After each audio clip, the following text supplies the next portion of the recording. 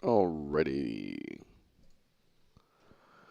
I'm doing some dev work, preparation for this coming up for the playtest.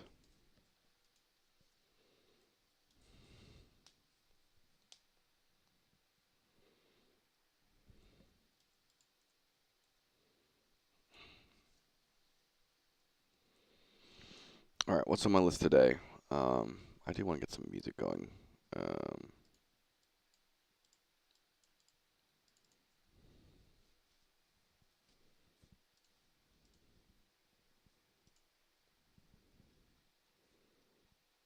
had some sort of playlist yesterday that was sort of good.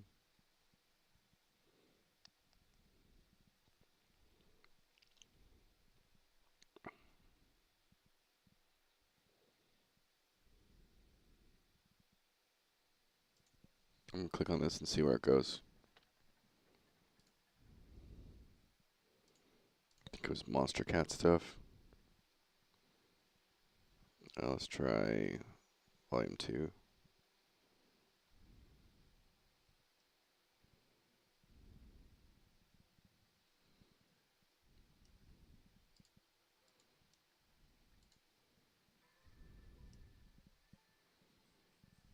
Start there.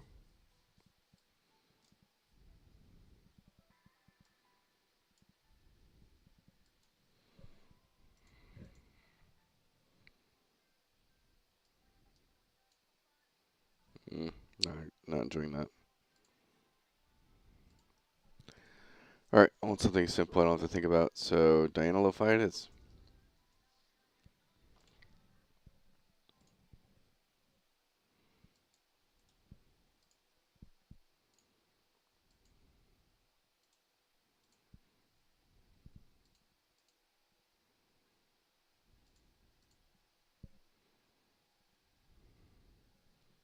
There we go.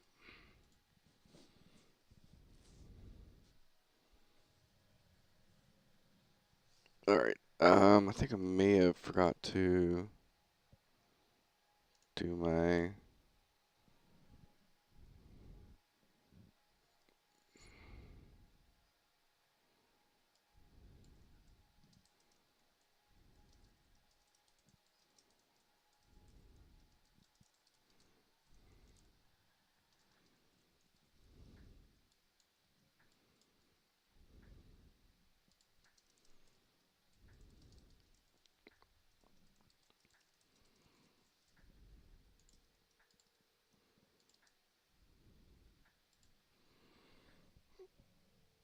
Alright. Just trying to get settled in here.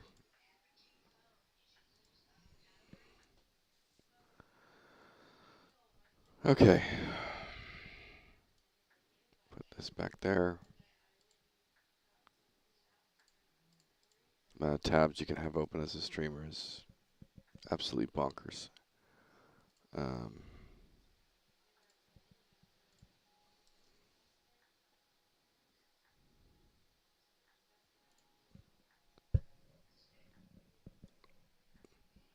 Alright, and I think my microphone's on. It is. Alright, I think I'm good to go. So, I got the upgraded system going for camps. And so now, I think to wrap up that system, I'm just going to jump into these things and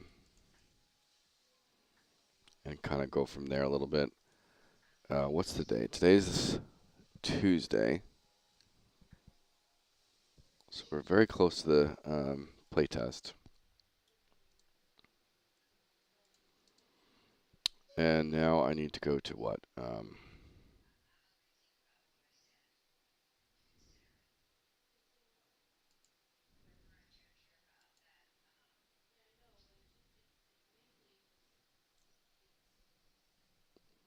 Let me think here. Yeah, let me just do the map updates, I guess. Let me get a Photoshop.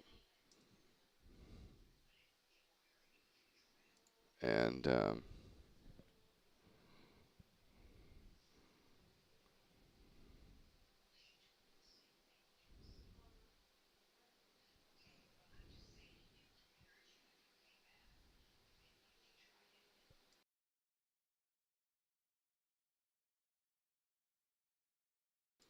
I'm just going to have my microphone muted for a second here.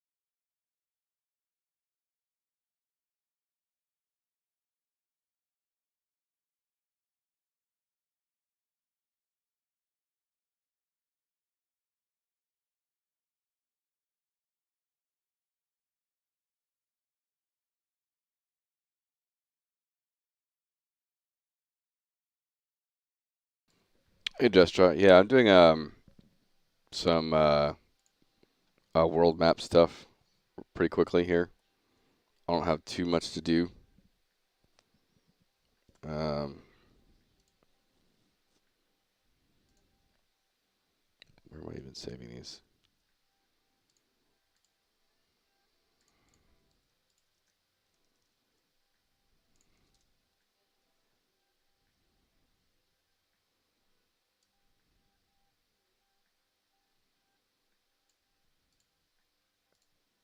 That doesn't quite look like it matches everything, but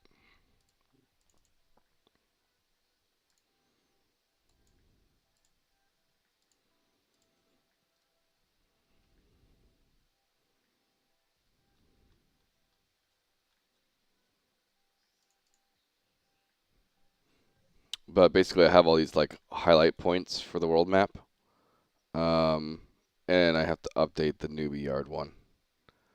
And so, well, how did I do this? Just it's an image there with a button.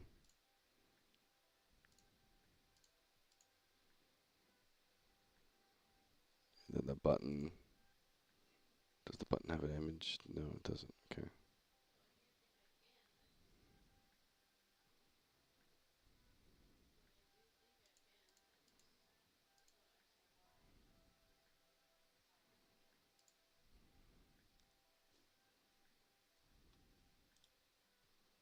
Just copy this.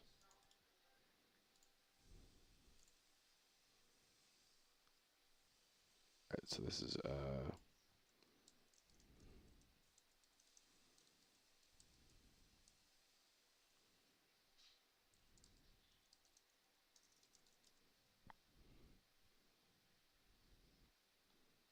This guy is just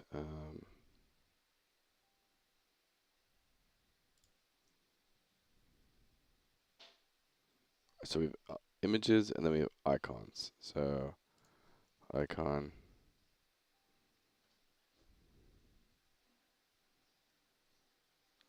They took less than 24. What was that about again? I'm sorry. That was the webhook stuff.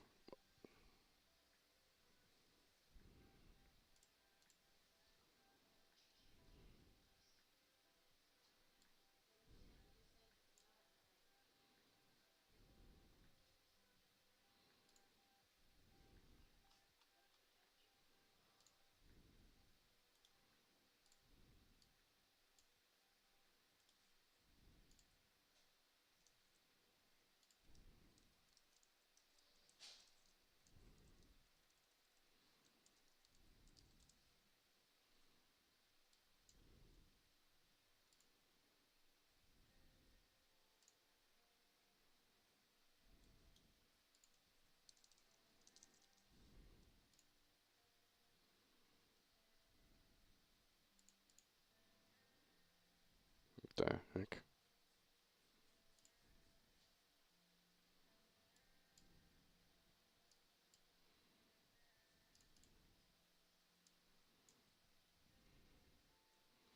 What do I do here?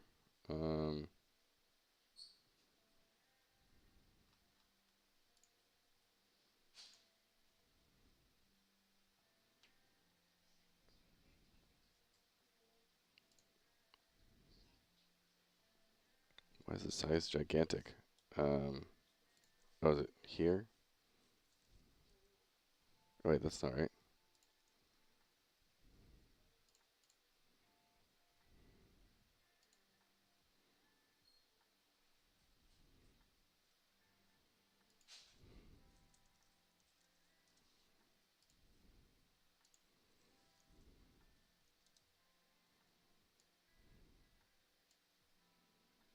All right, that border is way too much. I was trying to get approved for Visa use on my website shopping cart. After getting approved all day today, I was working on getting the database updated when you buy currency. I just finished about an hour ago, and now you can buy currency for your character. Oh, cool.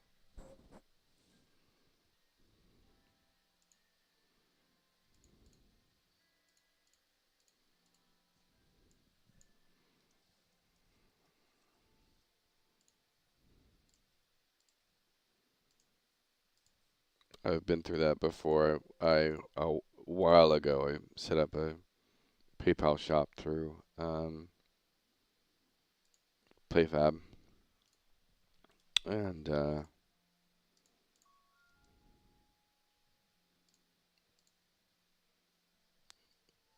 had to get a bunch of those kind of things situated.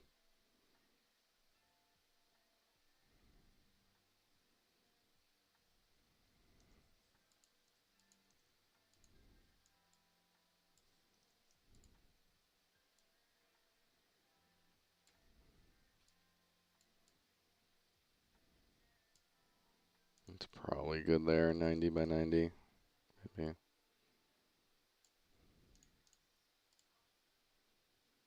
I think I was doing like divided by 4 or something. I don't remember what I did for this stuff.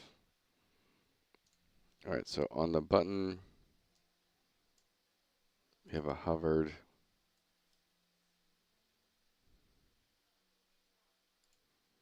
All right, so I should just be able to use this. What does this do again? Does it sound?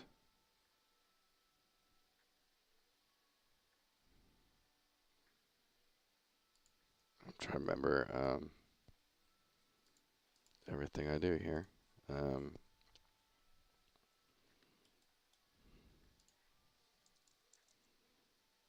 Well, I guess we'll do. I think it's in the player controller or character maybe.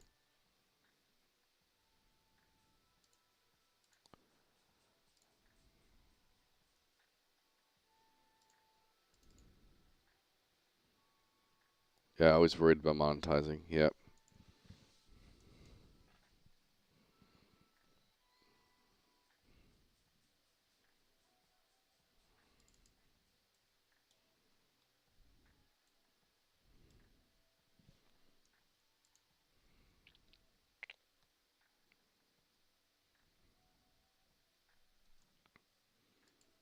Okay, it's in the HUD.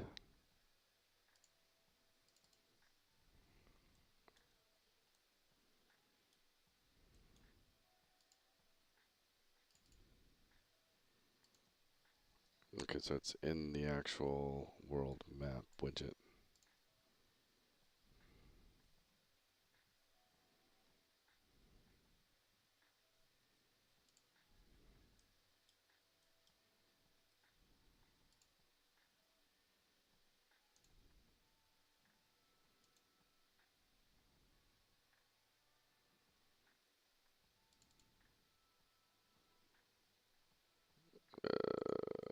Come on now.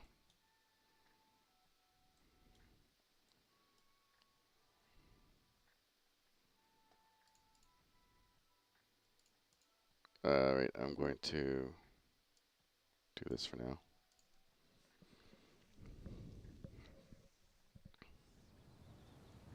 Let me try to refresh myself. Alright, so by default, the outline's hidden. And then, or the image itself is hidden, and then we just mouse over and it's doing that. Alright, so back over here.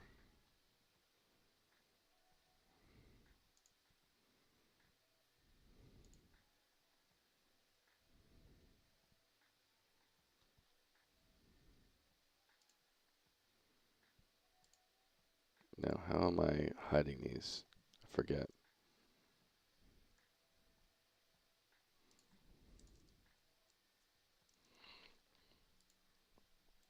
Is it on begin play or something?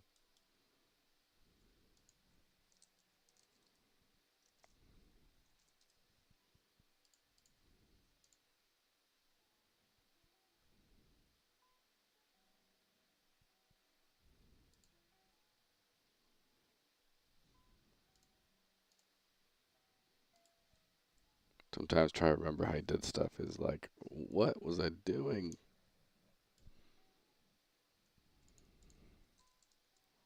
Okay, they're hidden. Okay. Alright, makes sense. Alright, image, new world. Okay, this thing here, visibility is hidden. And then over here is the button for it.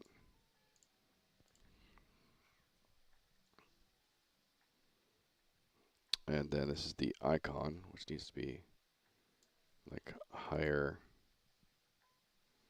Why is this? This should be visible. Oh, it's not placed, isn't? What the?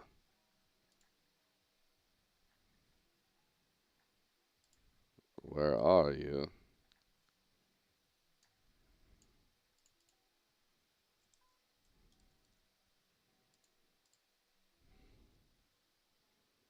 Why can't I see you, button? Oh, because I have it hidden.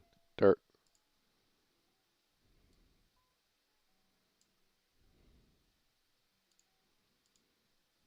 And this should be just non-hit testable. Yep.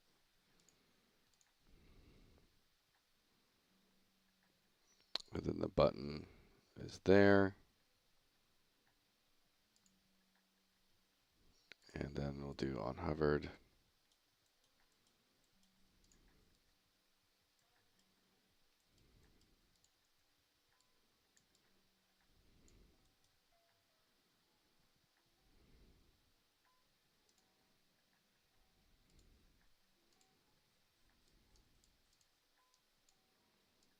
We do that. Hovered. Tooltip label is going to be just Goblin Camp.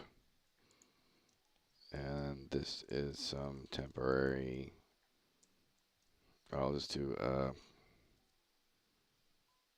what's my template for shit?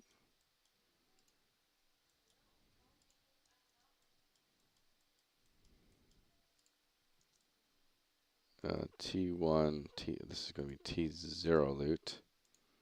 And then there's nothing yet. Oh, wait. This is supposed to be here. Goblin. Camp. And then I put the levels there as well. Levels 4 to 7. Are you going to be selling experience scrolls and skill reset scrolls? My friend calls it greasy. I hope not. I don't want to. So my goal is to be purely a box price plus subscription. That is what I want to be. There is some reality where we're going to need to be have cosmetics and stuff. But my preference is for no in-game monetization whatsoever, because I feel like that is a competitive advantage to a lot of things. Okay, I'm just gonna copy this. And so if you're able to actually do that, you have a huge competitive advantage compared to a lot of other games for being one of the few that do. And so that's my thoughts on it. And so the whole part of what we're structuring our company for is Epic Game Store for our patcher launcher and storefront, and all the revenue. Like you may have seen the revenue video I did. I'm not sure if you saw that or not, but we're trying to build a very long-term, stable company that builds a niche indie MMO. And so by staying on the Epic Game Store, we can get $1 million a year that goes completely to us. And that gives us tremendous value in terms of team size. And then, so if we hit those targets, fantastic, right? Compared to if we were on Steam and we got $1 million on Steam, we'd only see $150,000 of it, right? So if we had a publisher, including taxes, all these things. And so, like, obviously, $1 million on Epic Game Store would, probably be 800,000 with taxes, but there's no cut for them, all that stuff. So we're trying to build for a long-term future to be a very small team that's sustainable. And so this is my video on like revenue, right? And so it's another quick watch, 5 minutes. Because this question, surprisingly, even as an indie MMO that's only been around for a year, this like desire to just only be playing games on Steam is that question has come up a lot, and it's a little bit surprising for me. Maybe I'm just such a MMO player that like I don't really like if it's a good game, I'm gonna go to whatever storefront. A good game's a good game. I don't care what storefront it's from. Like, so like that's just my opinion. But I've been such a MMO player that, sometimes it's on Steam, sometimes it's on Epic Game Store, sometimes it's a proprietary launcher, all these things. That's never bothered me that things are on Steam. I just, if it's a good game, I go where the game is. Like that's just how it's just my mentality of it. And so, and like likely a lot of the similar reasons are why Monsters and Memories has their own personal launcher, right?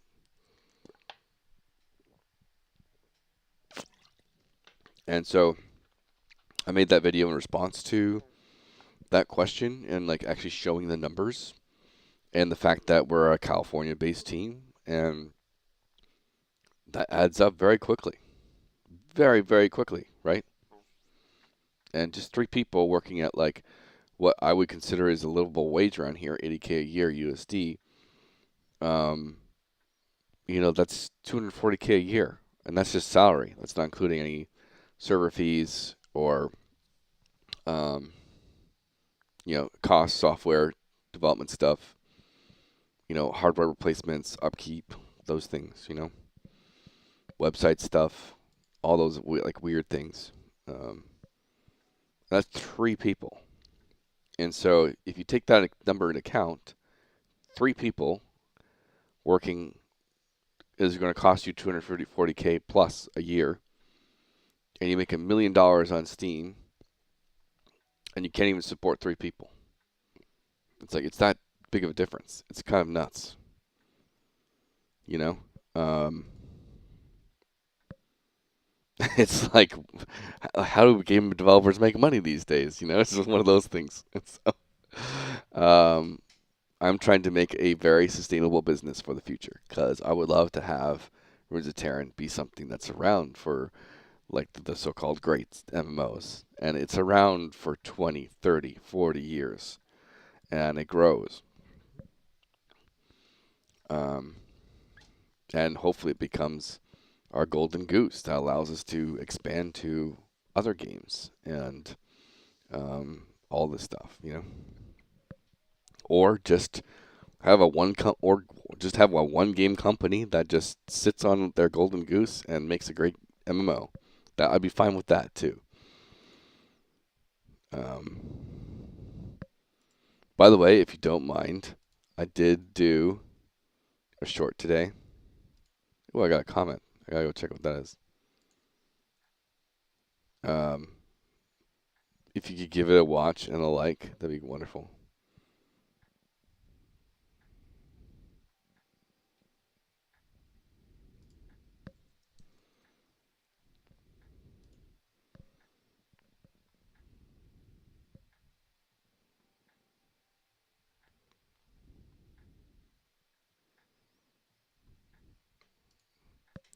I gotta reply to this comment real quick on my phone.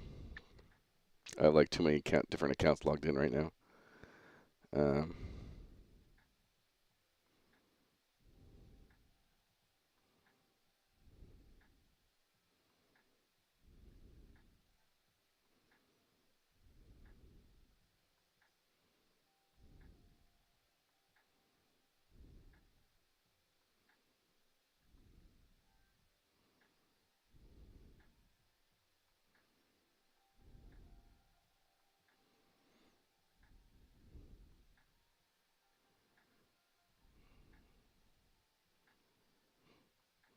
so when someone on that video was like, "Was that a player or NPC named Orez?" And I replied with NPC. I was staring at a can of Coke Zero when I named them. Lol. And of course, Orez is just zero backwards. Um,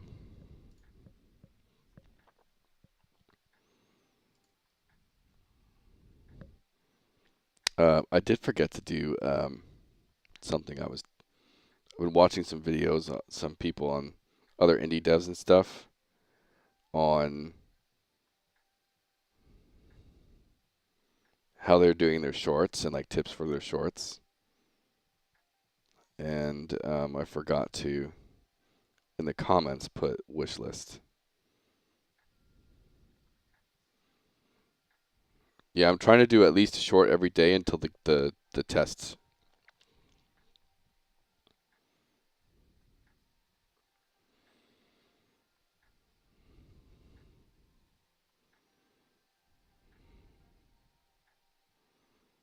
Okay. So tomorrow I'll be doing a short, probably on the Registry of Chronicles, and then the next day is going to probably be on like the camp system or the map system, which goes into why I'm working on this right now.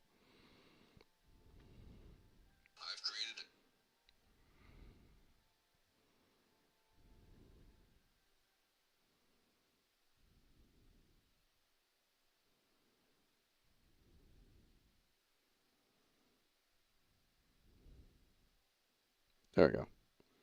But one of the things, so I watched if you, it's probably. I mean, I would suggest you watch it too.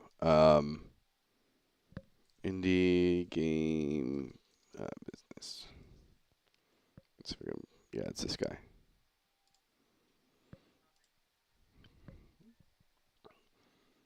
So I think it's a lot of these indie devs that just kind of like really talk about their experience on um, how they marketed their game and became successful from it or had success and their tips from it.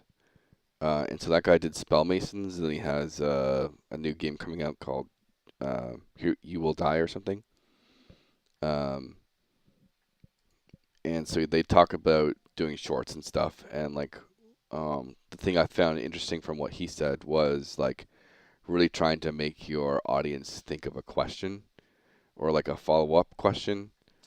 And so I really tried to instill that into that short of like, hey, I made a new combat system for an indie MMO, right? That was like the first thing. And like right away, I feel like you're trying to um, ask yourself questions of like, oh, like what would you do with that? You know, that was my direction with it at least.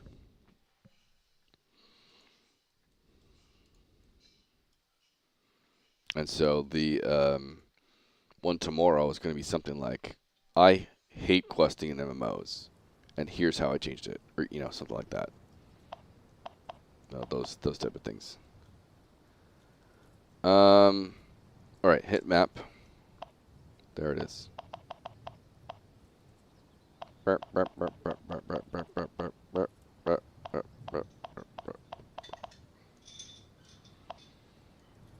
Okay, so now that I've refreshed myself with that,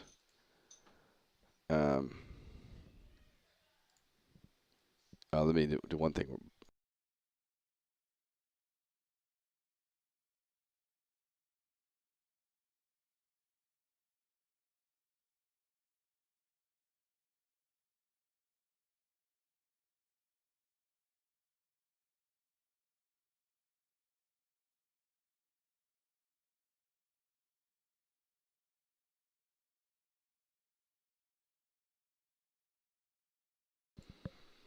All right,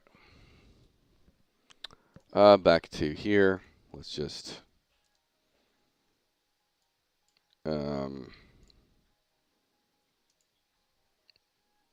cut this next section out. And this again was one of those things where I'm really not trying to like spend too much time on this because these are going to massively change in the future. Destroy this, destroy that. And then over here, I can close that.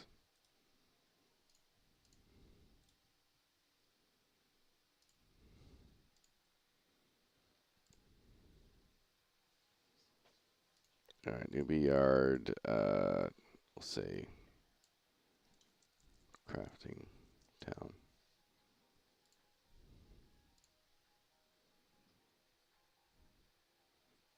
What is a difficult video to make? The Registry of Chronicles or the... You almost have to have arrows pointing at the ruins. Yeah, hopefully I show that they're there at the bottom, especially with like the text at the top. But yeah, I'm sure I'll go through a lot of iterations with how things are.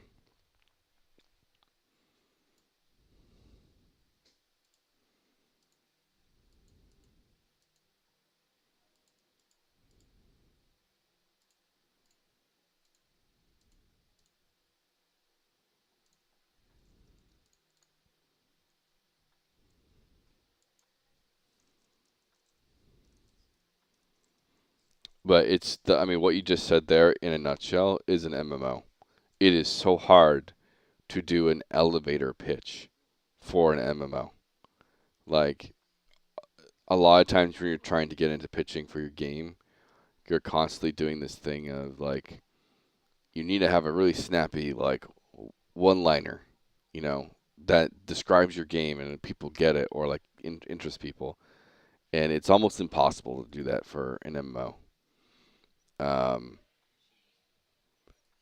that's just how I feel. And so it's like an MMO isn't so much a elevator pitchy thing you can do, you know.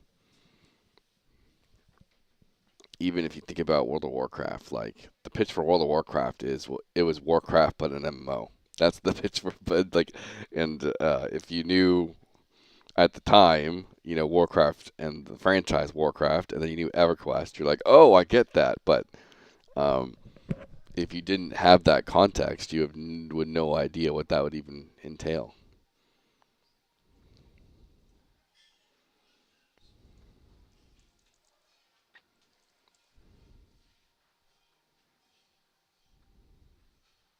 Yeah, but like for example, when you change to a different skill using rotation, when you use the skill, black everything out, so people can focus on what changed. I mean, that's why we'll get to the point of the fireball. Um, but I'll see how it does and what the feedback is. Maybe I do need to change it up.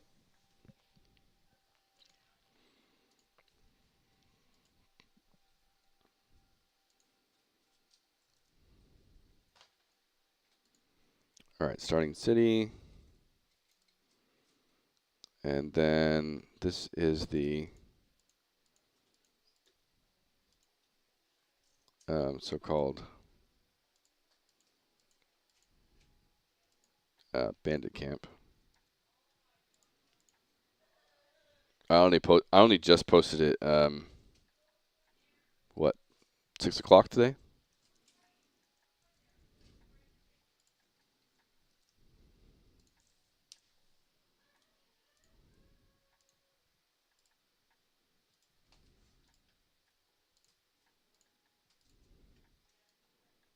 This is bandit camp.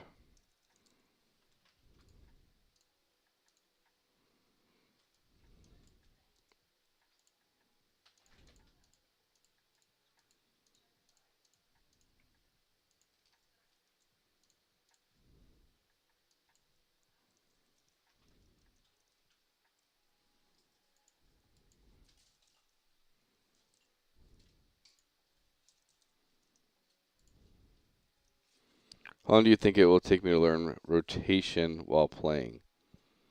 Um, so it's one of those things that again I'm trying to. That's the thing I'm actively trying to not do is have you need to remember this rotation, right? I'm trying to build your sort of sense of decision making, and in the right moment, in the right time, make the right decision. But the whole key factor there is that you have 5, 6 seconds to plan for that decision. And so you don't have to make this like insane, intense, rotation that you're spamming buttons. If you're spamming buttons, I'm kind of doing my job wrong in what my thesis is. And so, and it's one of those things, like just like I explained in that video, like this is just one test of how the system's playing out. If I don't reach my goals with how it's doing, or I'm seeing people spam buttons too much, maybe I have to adjust with what I want to do.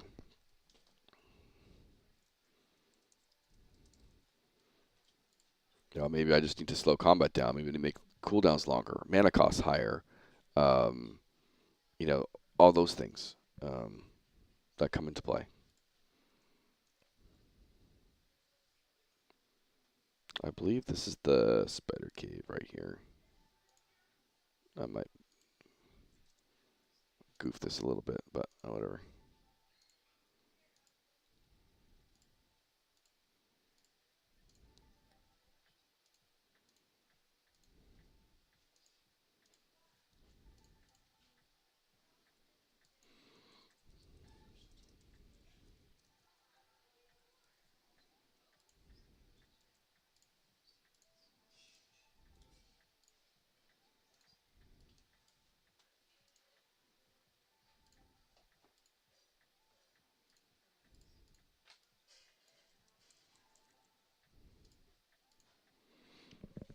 So if you had a person with traps, you could rotate through different traps.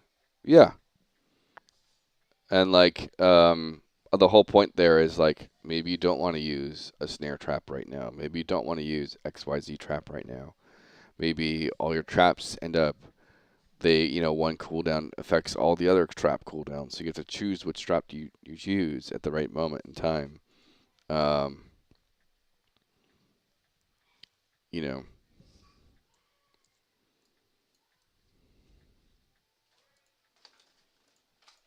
it's just really trying to be much more strategic with choices.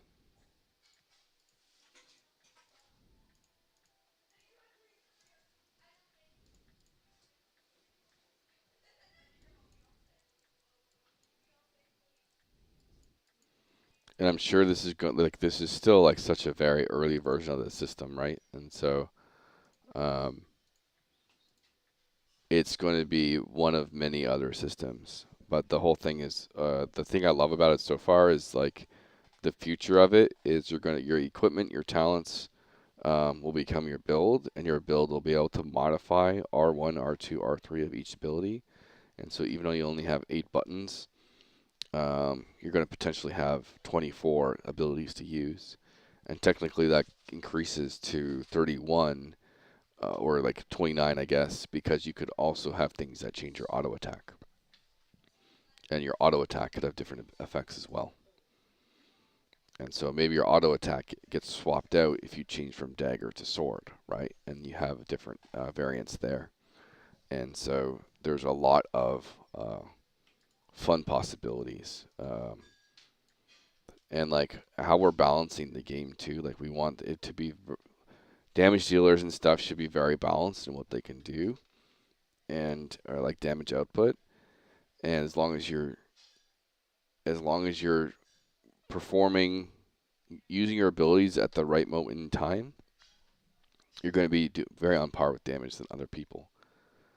And that's the kind of balancing we have because we're balancing for having fun on a class versus just like OP damage and stuff.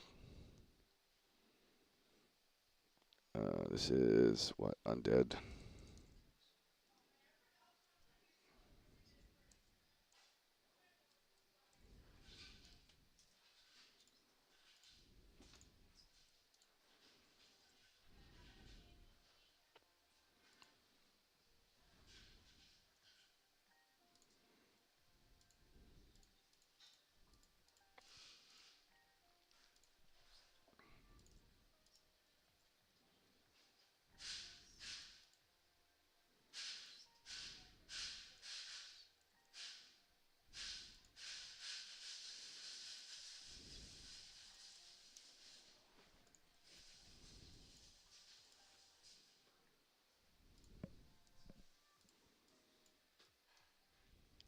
It says ghost.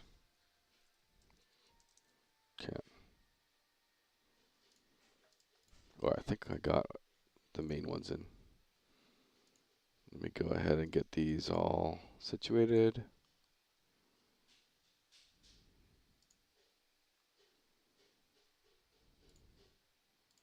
Import.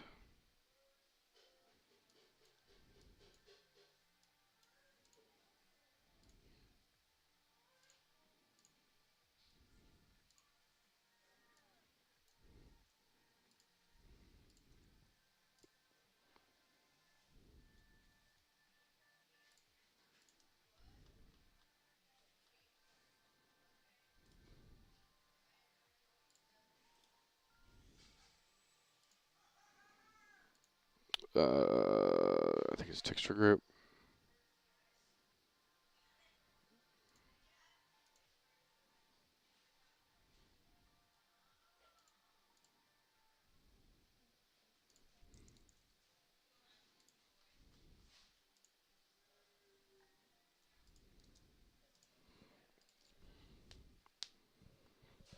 But yeah, that's like our sprinkle of like ARPG stuff coming into the game and wanting a lot of build diversity.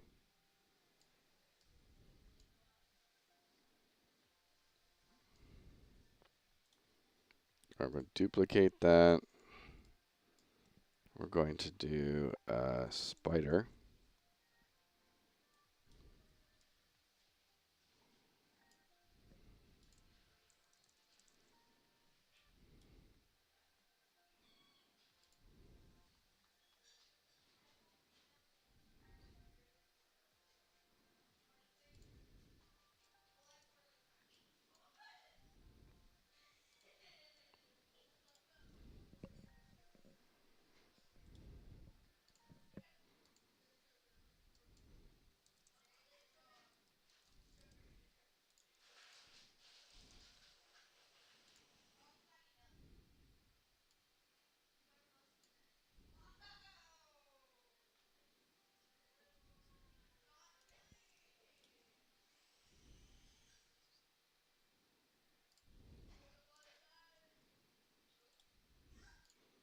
Okay, this is going to be undead.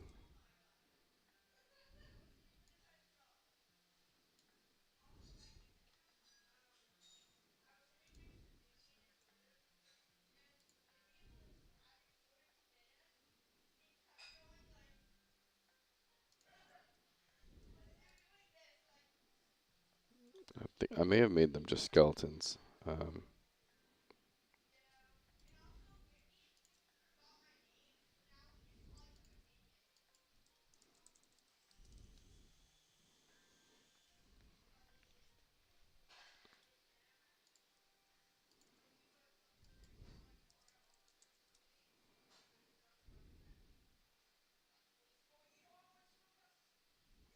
think I have a bandit camp there.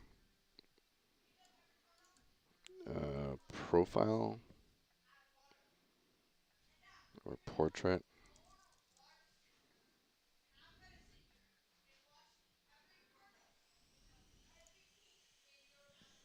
It's fine.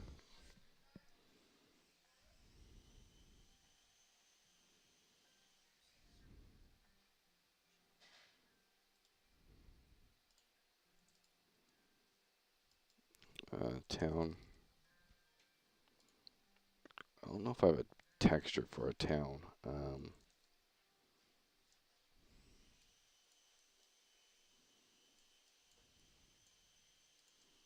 building.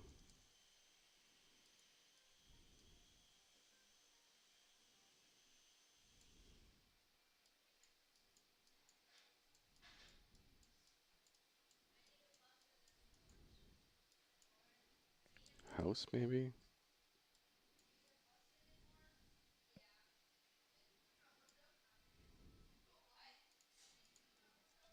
Alright, let's look at the...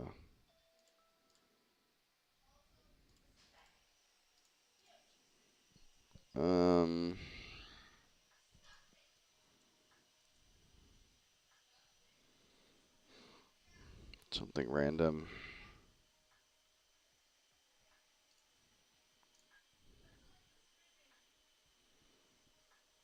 It looks like a house.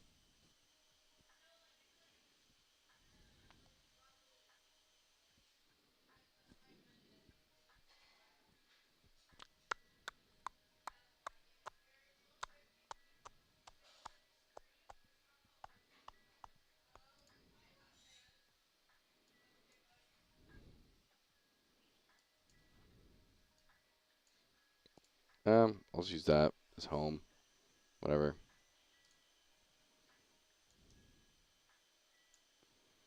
Oh, crafting icon. Duh.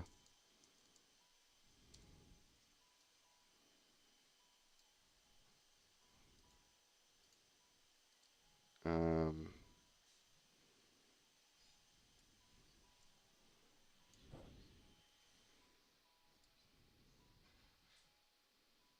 I could just use a straight up icon. It's generic. Which is probably not a terrible idea. Something like that. Oh, it's not. Nope, not using that. Needs to have a little border. Am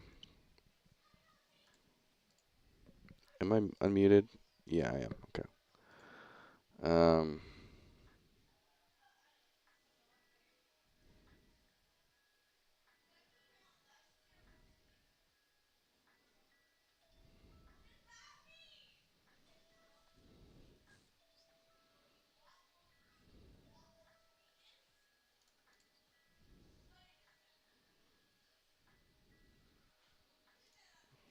That could kind of work, just a hammer. Yeah, I'll just go with the hammer for now. Whatever.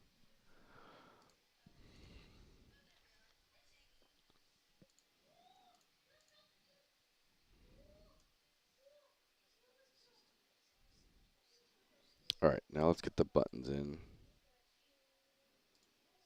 Alright, now I need to put the actual outlines in.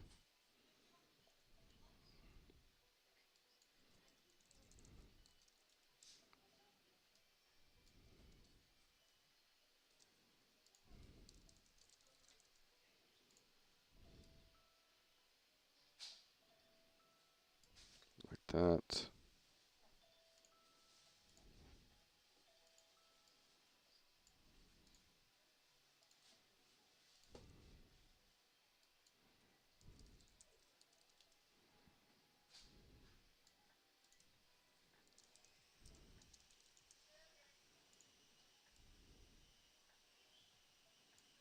That's about right.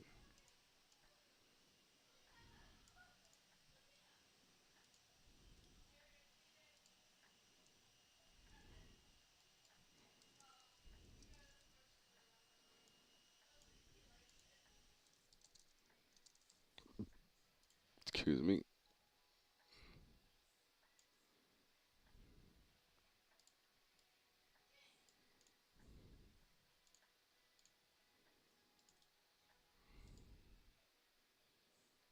You think you'll just do a second skill tree?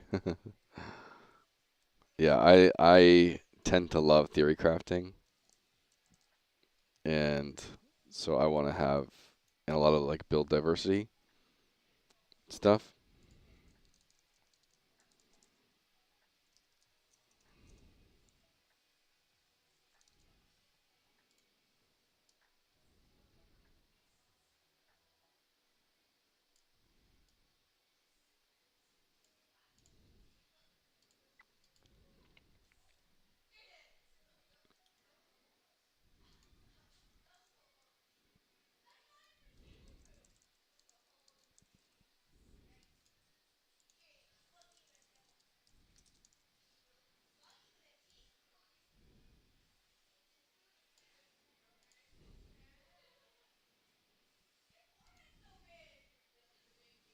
And for this one, I'm probably gonna just take the icon from here.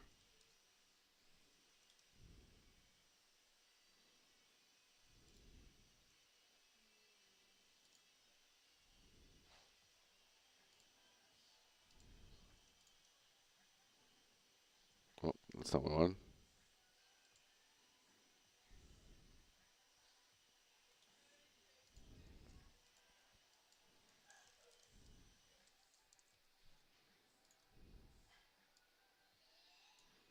And we'll make this kind of orange.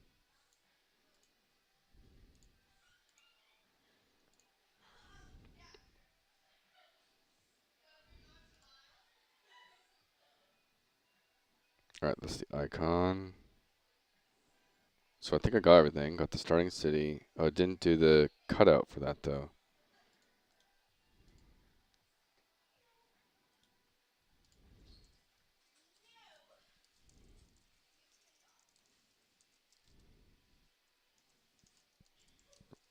Oh, come on. Town. Crafting town.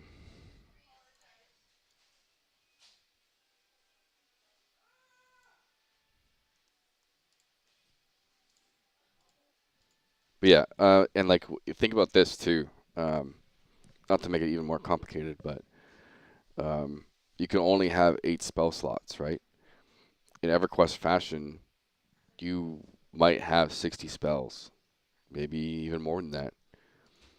And so when you can only use 8 of them, and then you within those 8 have rotation ruin slots to change them through gear and things, um, the ability to have one enchanter feel different from a different enchanter is going to be really really big. And like maybe their enchant pet turns into something else. Maybe it just empowers the current one when you recast it. Maybe charm becomes a your auto attack type thing. Um, all these aspects. So it's going to be a lot of. To me, that's just a ton of fun of thinking of builds, and like I really like that part of New World of like theory crafting builds and having different gameplays and just having a lot of fun with that.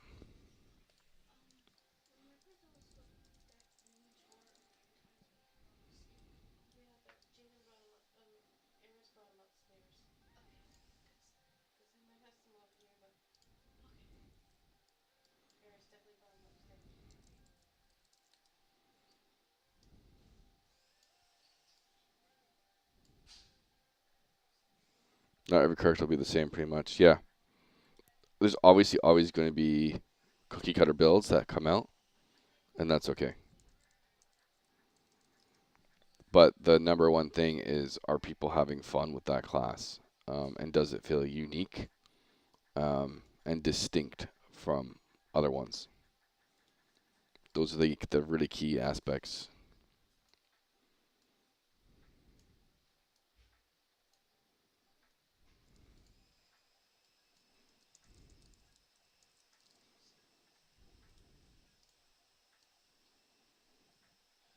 All right, so we have goblin covered, spider covered, orc covered, skeleton covered, crafting town covered. So this one needs to be the main, like, starting city.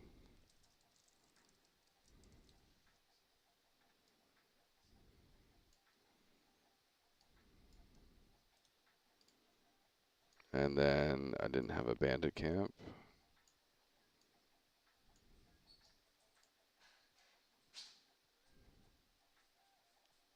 And make sure there's no overlapping buttons.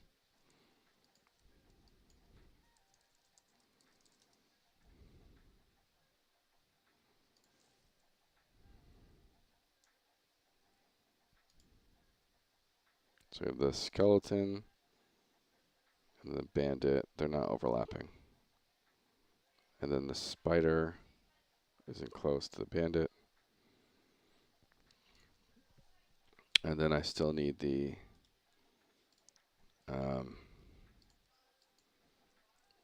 ghost camp.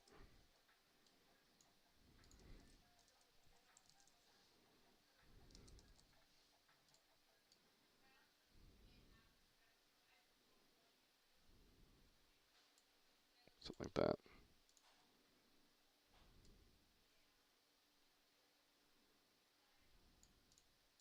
It's fine. And then I think I need a new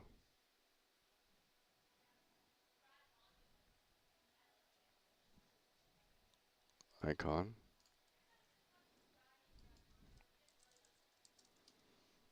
But it's one of those things too, is just like a lot of times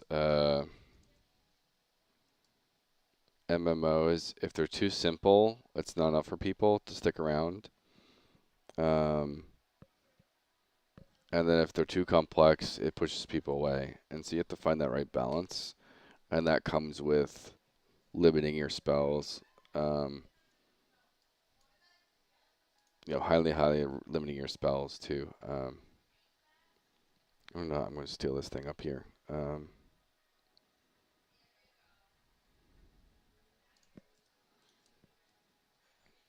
Limiting your spells to 8,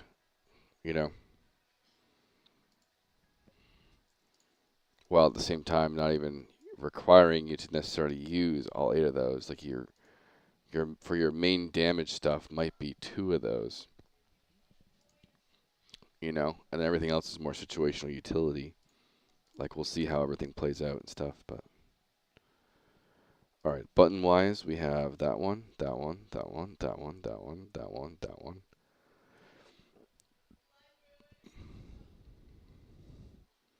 I think there will be 3 bars of 8 for yours.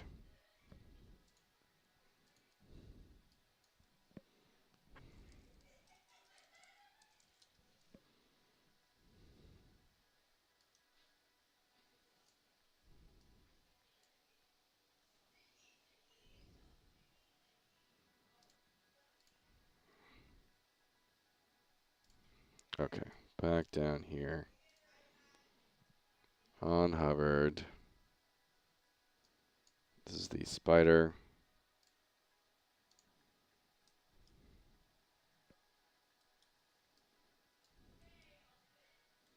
We have goblin, spider.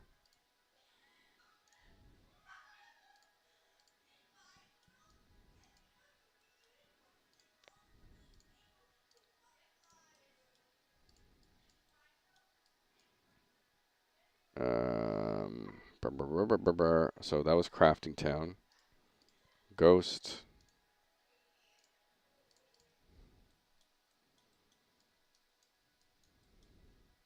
Goblin I did. Orc I have not.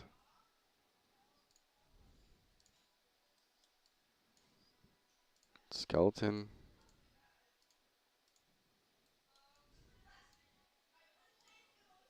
Spider's done. Starting city.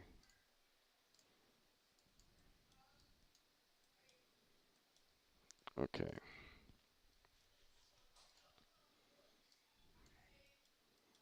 All of these are going to be the same for the most part. Start spacing these out a little bit.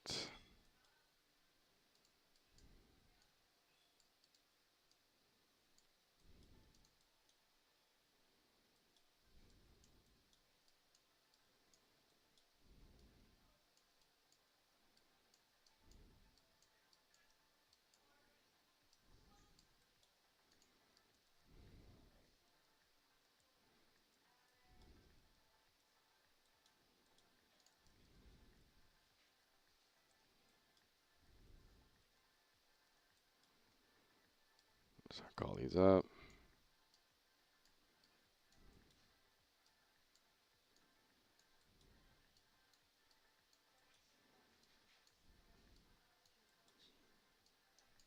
I don't know if you heard the news. I can't get over that Epic had another 1,000-person layoff today. Drives me wild. I was basically there working during the first 1,000-person layoff. We were just about to start. Yeah, today, 1,000 people, another 1,000 people laid off. Just happened today. And so, like, in 2023, I think it was, they had their first round of layoffs, which was also 1,000 people. And we literally got the go-ahead to go start recording our 3D modeling video. And, like, literally the day after we got the go-ahead to go, those layoffs hit. And the entire education department, all the people we were talking to up until that point, were all gone. It's such a crazy thing to experience. Don't recommend it.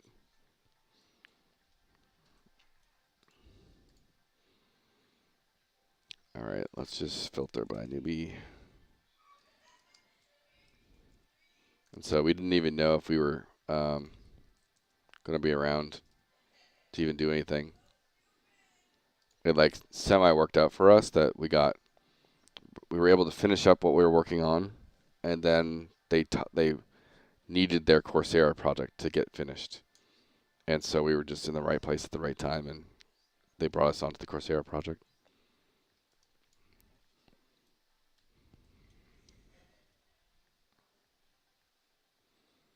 So why didn't this bring everything up? Udemy Yard. And this time we're doing image.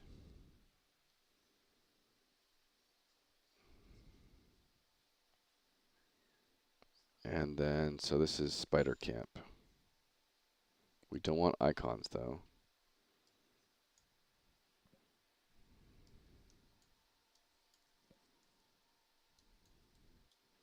And then Bandit.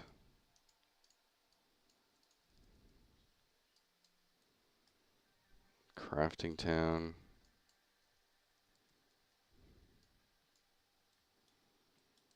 Ghost. Orc. Yeah, two major things just blew up today. That was one of them. The other one is OpenAI just canceled Sora. And Disney backed out of their billion-dollar deal. So a lot of people are shouting out that it's the first domino to fall in this like AI bubble we're in.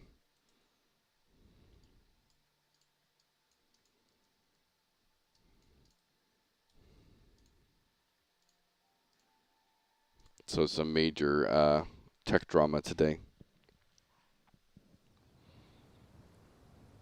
And if you didn't hear about it in the Monsters and Memories, I don't want to like add to rumors and things, but the whole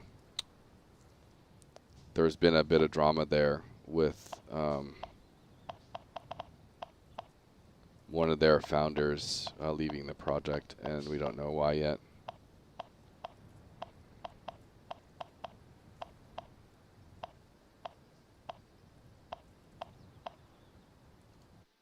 All right, that's all working. Now I gotta do the labeling. Um,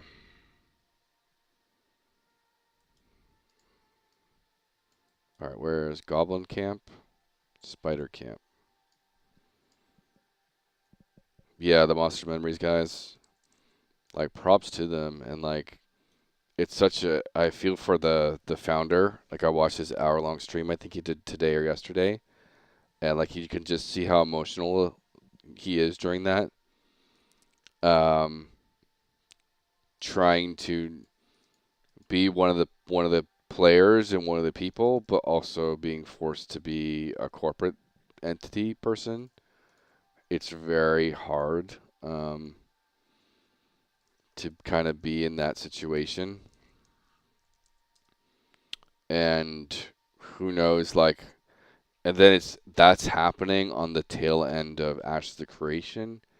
And so, like, no one wants to be like, we're another drama-filled MMO development cycle, right? Like, there's the whole genre is collapsing, and you always think of, oh, it can't be, we're going to do things differently. We don't want that to happen, and then it just happens to you, And, he's put in a lot of his own money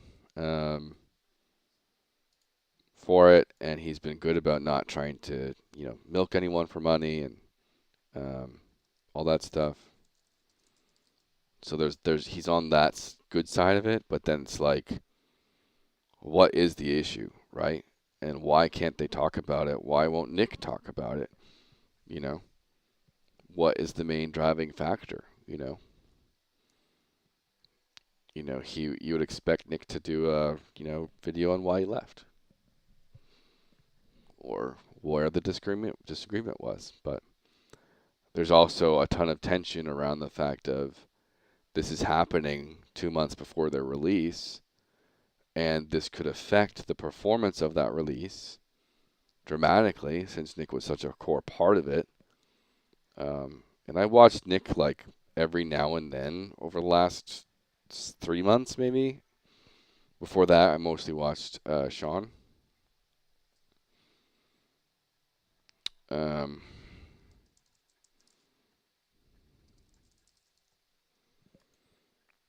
Yeah, Nick was the face of Eminem for sure. Hello, hey Nop, it's been a while.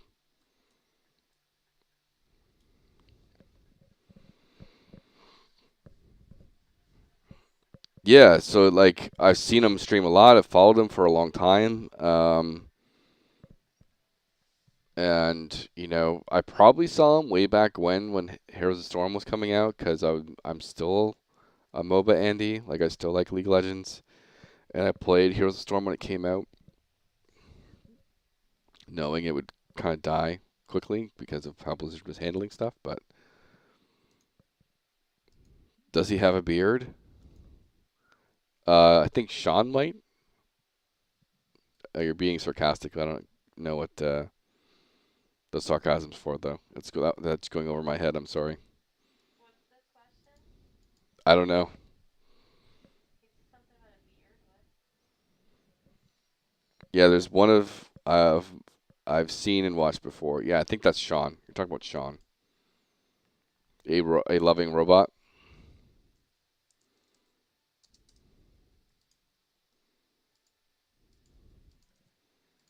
Yeah, so he's like, to me, obviously, he kind of like initiated the whole thing, right? Because he created a channel just interviewing EverQuest developers, which led into, why don't we make an EverQuest game type thing. That was the other thing that is kind of drama filled. EverQuest themselves um, literally ripped off. I mean, I shouldn't say ripped off, but it appears they have completely ripped off one of the private servers, the Hero's Journey.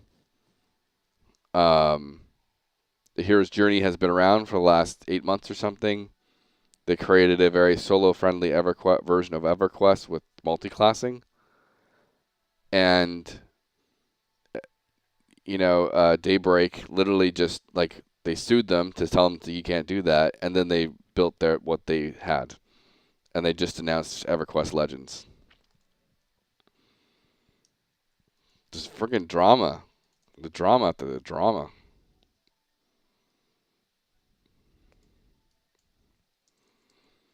And so the EverQuest fan base was already angry at Daybreak for shutting the server down, and then for Daybreak to go ahead and say, "Hey, we shut them down so we could do it ourselves," is going to be interesting to see how the audience actually reacts to that and the player base reacts to that. Are they happy about it, kind of like a more classic WoW situation, or is it more of on the side of, wow, that was kind of a like you haven't been able to come up with a EverQuest idea yourselves for the last X years, and now you just take that idea.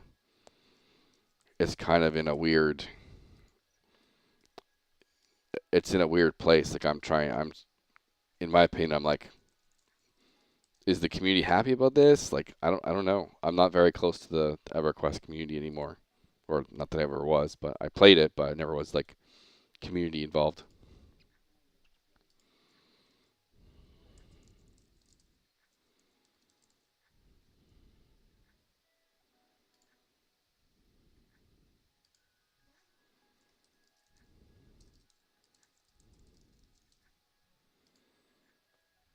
Yeah, business. The I love the meme where it's like, day one of getting into game development, you have that little Harry Potter kid waving his wand around, all excited, and then years into the average game dev a veteran, and it's that other version of the Harry Potter actor, and he's got like the friggin' gun nailed to his hands, and he's like all beat up and just like gone crazy. And it's just like, yep, that's the industry. That's the industry, right?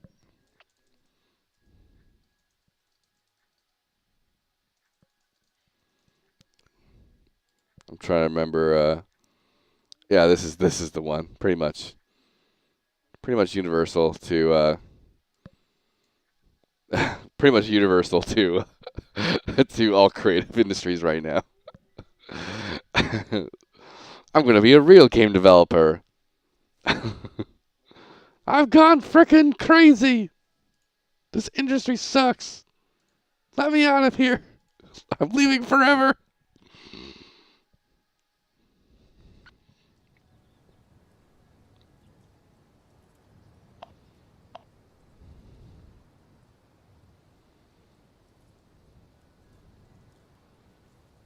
But yeah, Nop. I don't know if you're still here, Nop, but I did do a short today on um, like the new direction for the combat system. And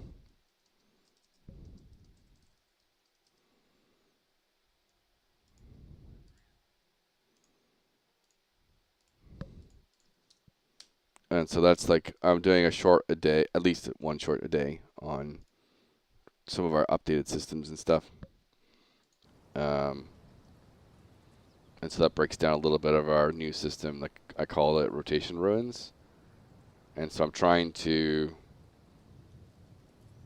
instill that idea of this is our solution to players as what your rotation is supposed to be. And so that's why I call them rotation ruins. And short, I hope to expect is going to be like R1, R2, R3 type thing. And then our Registry of Chronicles is in, which is our this is what I'll probably be doing tomorrow, which is our like solution for achievements and questing merged together. And so you don't ever get a quest to go kill 10 bears. You just have an achievement system. You go kill 10 bears and you get a bunch of XP for it. Right now it's just experience. In the future, it'll be abilities, items, loot, cosmetics, like all those different things in the future. And then you have like some for exploration, crafting. Obviously you'll have individual crafting, trade skills and stuff here. questing. There's a death tracker as well. So if anyone wanted to do hardcore, you have something that tracks your deaths. And every one of these is also a leaderboard as well. So you can see how you compare to other people too. Yeah. And then we have our map system here. And so like we're kind of like rolling right into the whole camp system and trying to design actual camp mechanics through like the EverQuest system type thing. And even though those were kind of like player run, we're trying to think of like how can we make those as developers, you know? And so we have a little map thing. We can zoom in and out for it. And then you have a little bit of interactivity on stuff. And like they normally show like what loot drops there, what the rare bosses there are. Obviously, it's kind of a primitive version. It's just text-based right now. I hope to have it like, you know, nice and flashy in the future. But part of our other like system we have is it's kind of like in this fabled expeditions kind of thing. And there's like multiple systems going on. One of them is a new trade skill called Metamorphosis, which you basically collect essence and like monster parts and stuff, creates it into a crystal, and then while you're camping something, you can actually increase the monster levels of that camp through crafting those pieces of loot.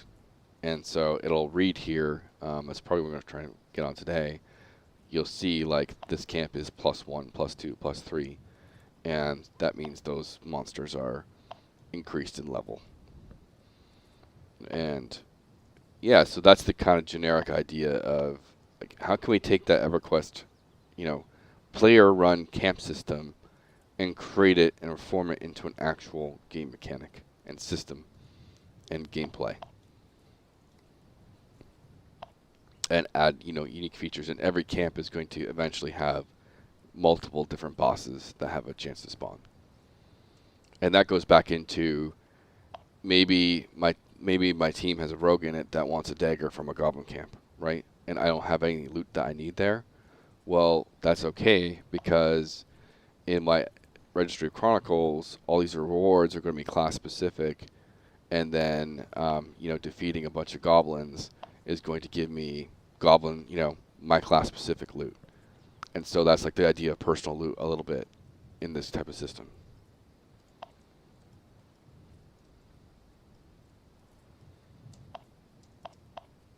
And then the other part of the expedition stuff too, that's just one part of it. Eventually you'll be able to, I'm going to have like, you know, name specific things that you can like bring to an altar somewhere and summon a boss as well. That it'll be like a much more like, instead of needing 10 of them, you need 100 of them to summon like this big epic boss that you have to go kill, type thing. And it's going to have like more empowered abilities and things. And after a certain number of improving a camp, at some point it'll click in where the names that spawn there are fabled versions of that spawn that drop better loot.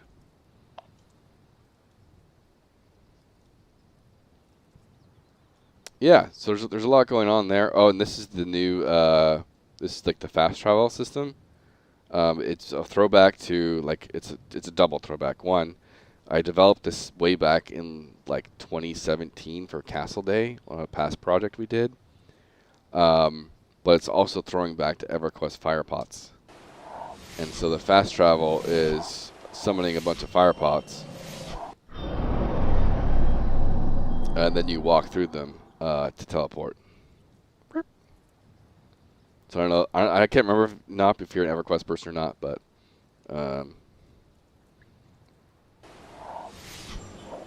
yeah.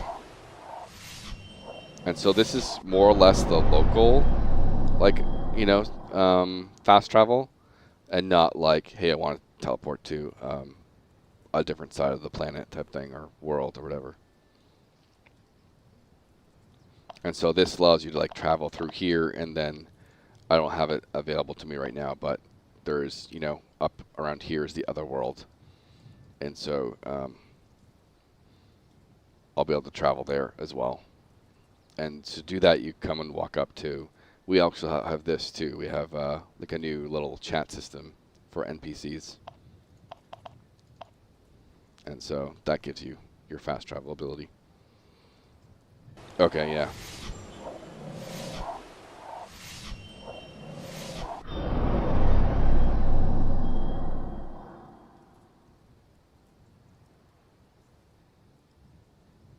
But only you will actually see this as well. No one else will see it. They'll see you casting and stuff, but and then we have exploration in the game as well. Um, Basically, you get experience for everything now. For crafting stuff, you get experience. For gathering stuff, you get experience. For killing stuff, you get experience. And then we have exploration points around here as well. And so this is like a little. Obviously, have to fix this, but if I can even get up here. I guess I can't. But it's a little mini game. You just like have to go jump around, click the right mirror, you teleport to the top, and you get some exploration XP. And so, really trying to expand on a lot of different ways to get experience. And yeah, it's kind of like coming together. Well, let me shrink that down.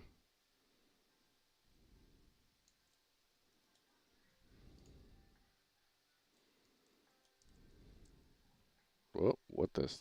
Oh, okay. Yeah, it's one of those things that MMOs are built on systems, right? And so, like, if you walk over here, there's a little exploration XP there, exploration XP for just coming up there. Every time you go to a camp, you get exploration XP here. Same thing. So this is a spider camp. This is a goblin camp. This is a bandit camp. This is an undead camp. And I think I put these all to skeletons, right?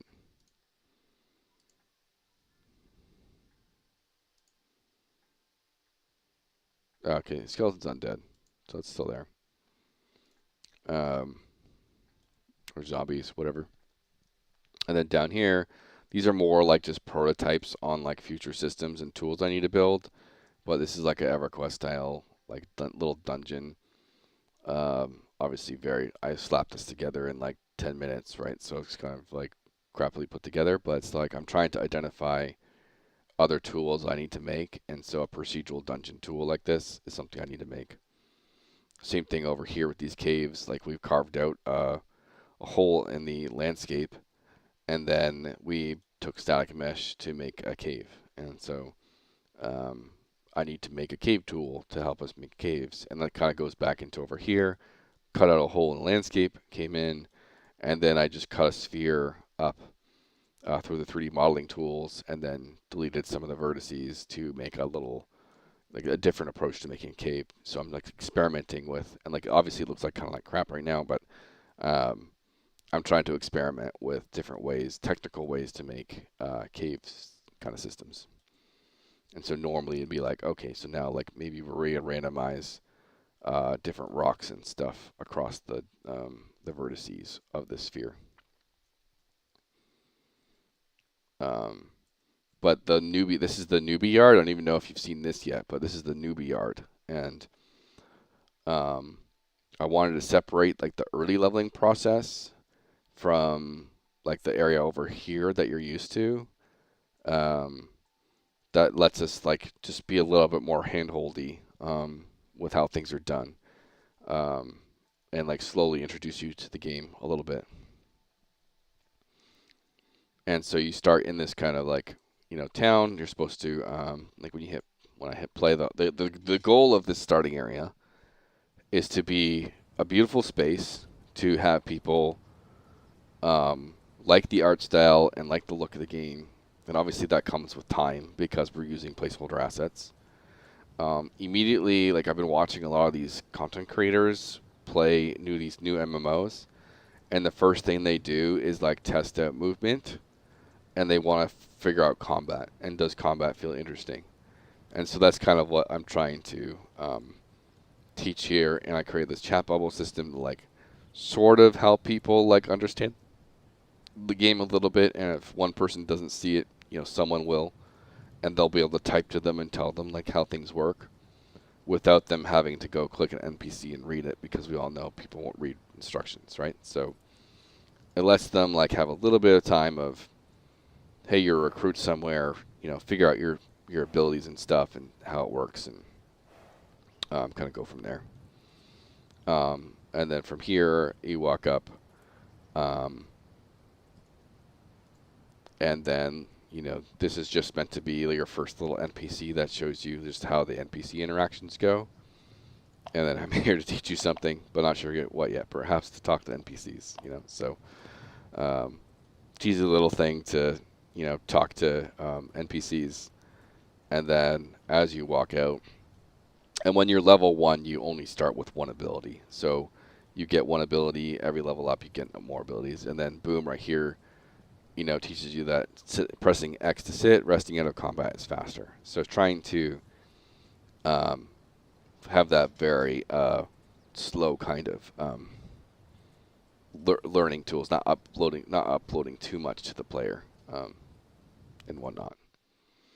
And most of what we're trying to teach is through gameplay itself. And when you, as you start doing things, do I have a? Let me move this. I'll put it here.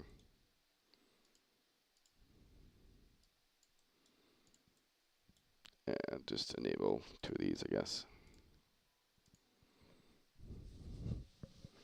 Yeah, we're coming along. We're finally, like, last year was really mostly about the technical side of things.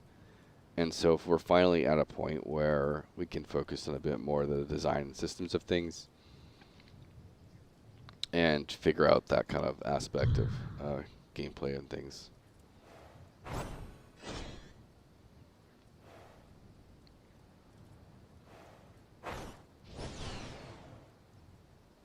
And so when you kill something, if you get an update, this will start flashing. I didn't get an update there because I don't have anything. Oh, there it goes.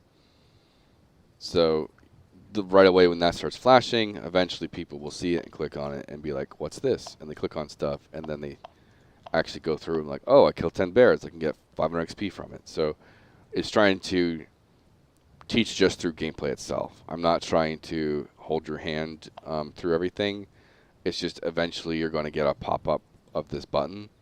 And it's obviously I made it bigger for a reason. And it's going to be like, oh, what's this? And then you eventually are able to actually get experience for doing stuff. And yeah, that's the best way. That's how I feel too.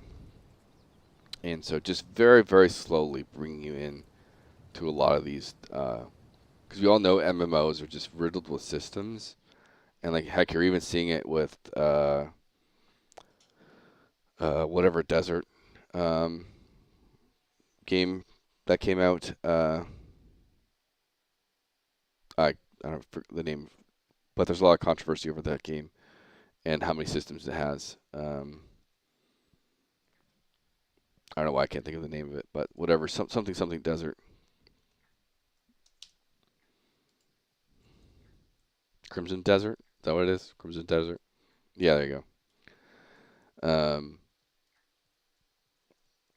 And you pick any MMO today, and you're just slammed with like tutorial after tutorial after tutorial after tutorial on like, and like a lot of times it's like as soon as you log in, you have like 15 pop-ups of this does that, this does that, this does this. It's like that's not how you're supposed to, lead people into a game.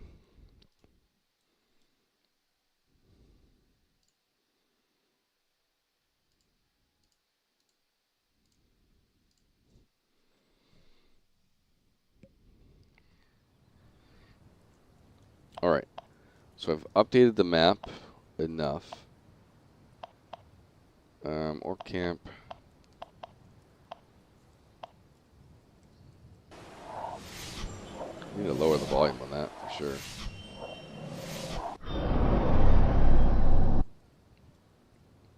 And so I have all the crafting stations in now. So if you try and craft, you won't be able to until you're close to one of these.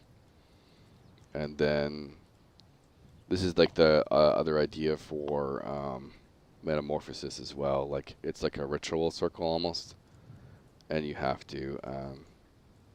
I probably don't have the parts for any of these, but Boar essence. There we go. Orc bones.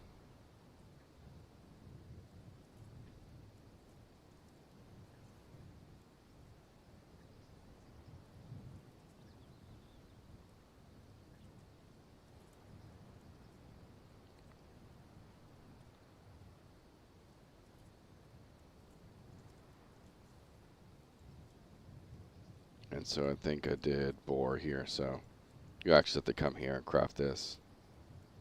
And then you get a thing. And so now I can go and basically upgrade a certain camp, a boar camp, if there was one. I don't have a boar camp yet, but if there was one, I'd be able to right-click that and do that. And so now, like, oh, I've got a crafting recipe, a crafting upgrade, you know? So boom, 500 XP, you know, that type of thing. And so it's like really trying to instill. I think what's also going to be helpful is because we are a game where you probably will lose experience on death. I think having all these different ways to get XP will kind of help with that and make it feel less sorry hurtful when you die and you lose XP, because we do want to have a relatively strong punishment for dying. What that is yet, I don't know. And there's a chance there might be more severe punishments for death depending on where you are in the world as well. That could also be a part of it.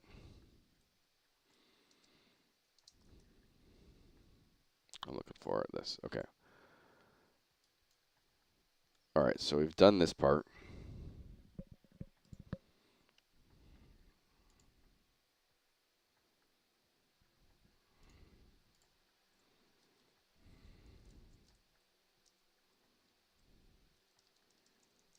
I think I actually had this already up here, maybe. Oh, I have emotes now too.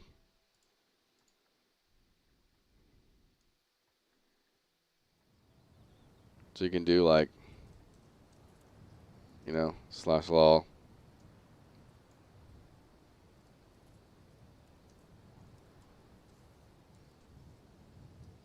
Slash, I don't have a point, right? No. Slash, no, dance, YMCA.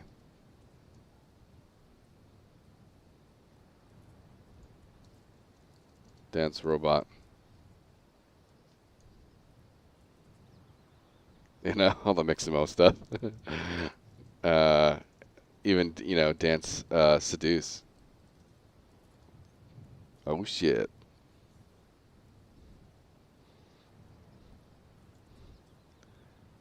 You know, and then like cheer,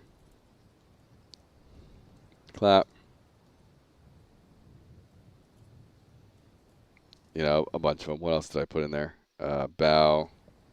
You know, bow. Wave. The weapons are supposed to hide. I don't know why they're not. Cringe.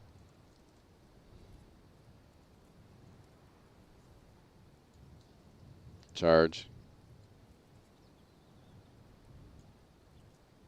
All those things. Yeah, so a bunch of things. Let me see my patch notes and stuff. Uh, I've been keeping up with my patch notes. There's a bunch of things.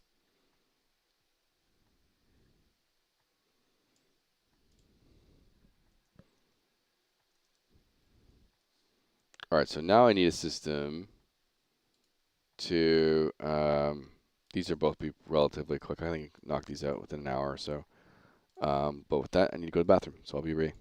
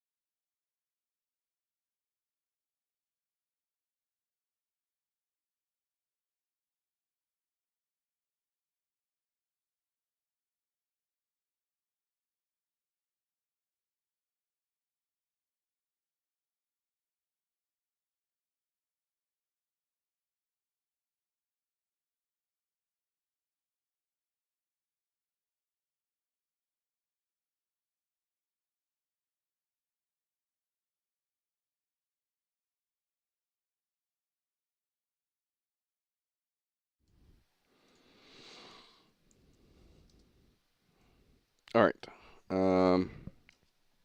Swig of water, and I'll be doing something.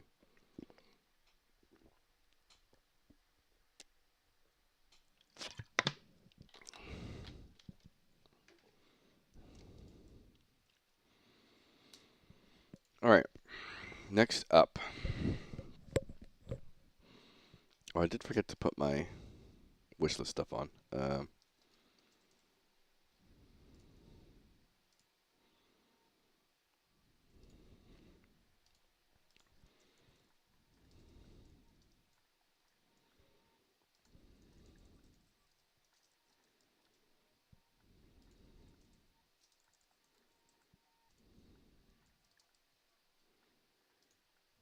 Just pin that.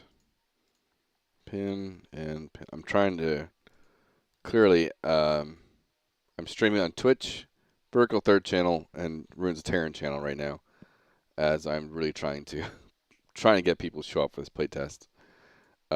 This Friday, this Sunday.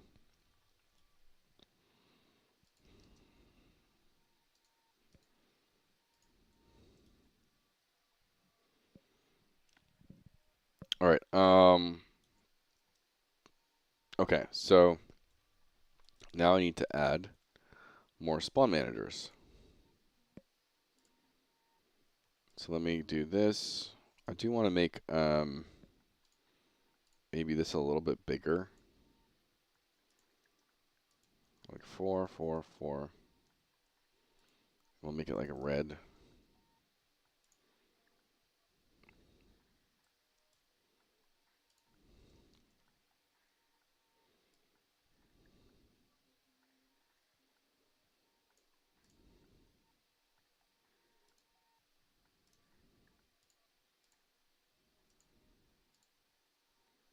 That's fine. All right. So that's a goblin one.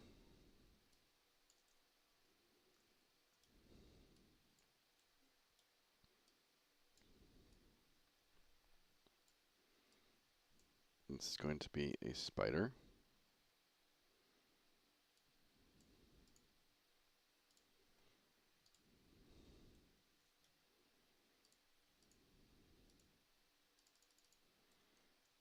I need to mark all these.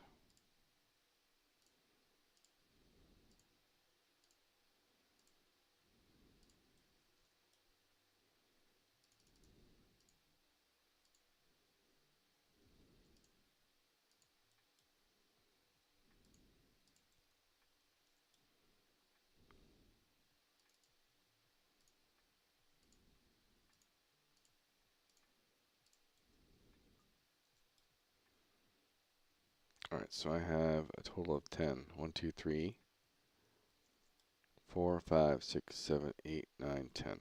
Okay. That one is a spider.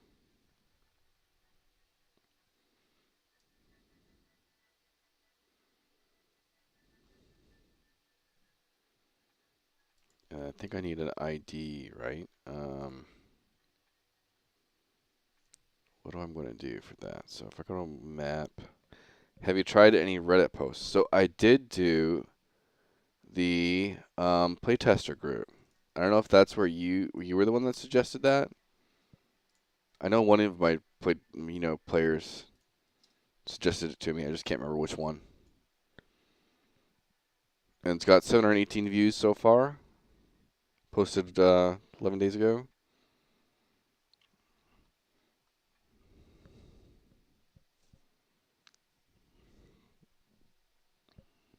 Yeah, so it's got a decent amount of views right now. Um, Obviously, when it goes live, I'll do a comment, just making sure it bumps it to the top. Um, and we'll see what happens. I've also poked a bunch of content creators.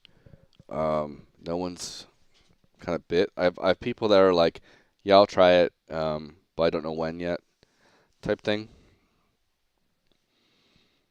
And so, um, there's interest, but just I still think because of Ashes and the state of the genre, um, some people are reluctant to showcase new MMOs. It feels like so at some point when you get past a certain stage of development, they'll cover you, or maybe in a little bit of time when it's um, some of the stuff has not been crazy. Maybe then it'll be kind of resolved. All right, so I need a tag newbie. Oh, I need to mark this down for the other areas. So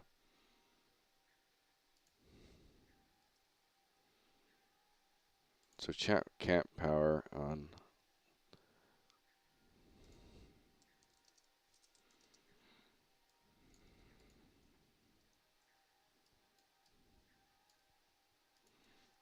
So this is normal map area.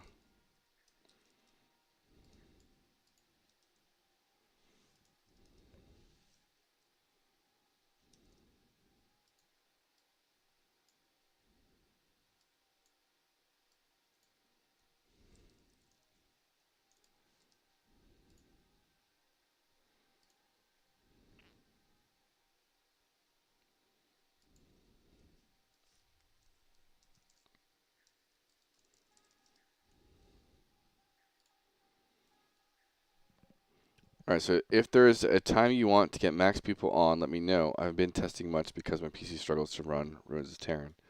You'll have to send me your specs, man, so I understand um, the limits. And like, if you're experiencing that, um, I'll have to find out a way on like what specific might be doing it.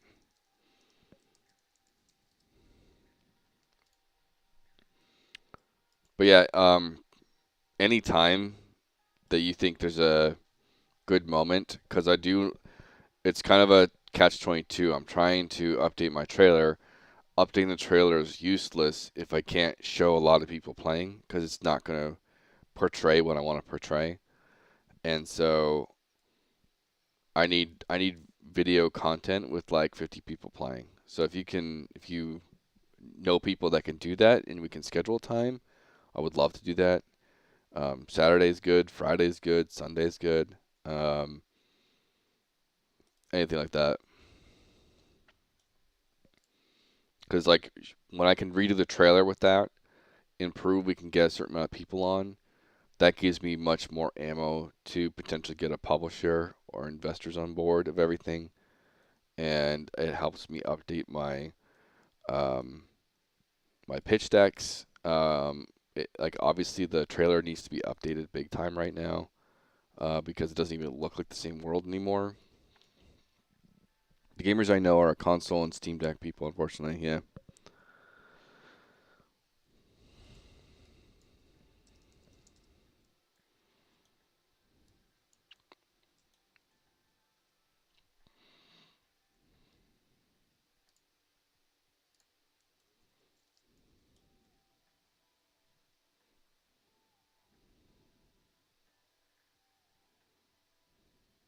Wait, what?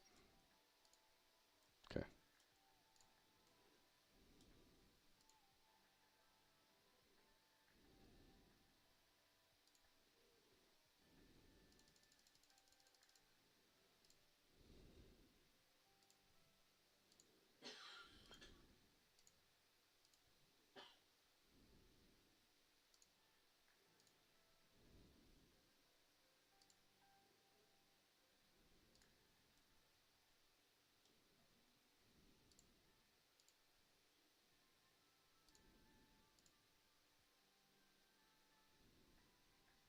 Crap. Lost place of what I was doing. All right. So I'm gonna do the patrols after. Let me move this around so I get less confused here.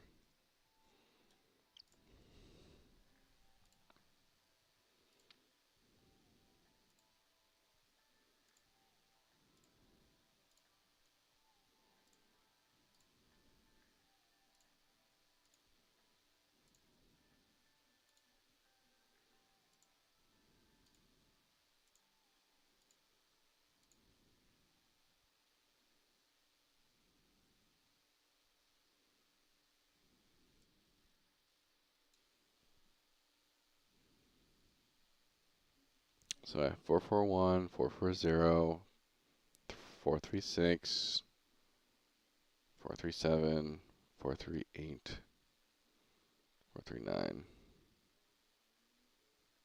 35, and then there's two, this guy, and then that's 443, this is 444.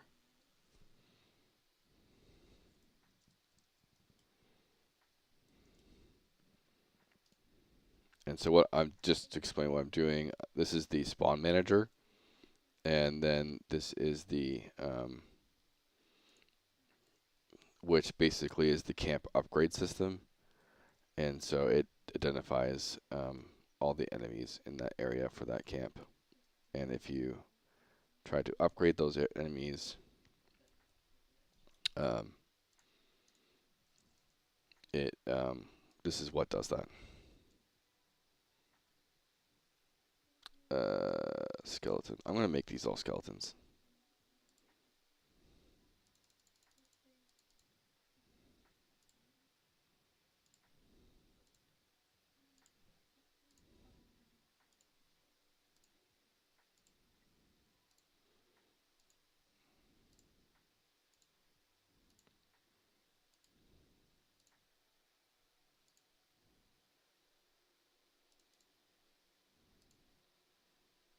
One 9 I have, 1 7, 18.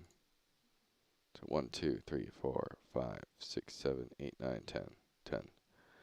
And this goes to skeleton. Tag, skeleton. Got this guy over here. This guy's going to be orc. In certain locations, obviously, you won't be able to upgrade. Like, I'm not going to let you upgrade the newbie yard stuff, because we all know people will troll the hell out of the newbies and come back with like 50 of them and make level 50 monsters in the newbie yard. And so technically you could do that at an individual camp, but there's some things I want to do and some things will, that's why I made the drop rate for these things to be not super common. They're 10% drop rates, so um, you know, um, this is tag orc.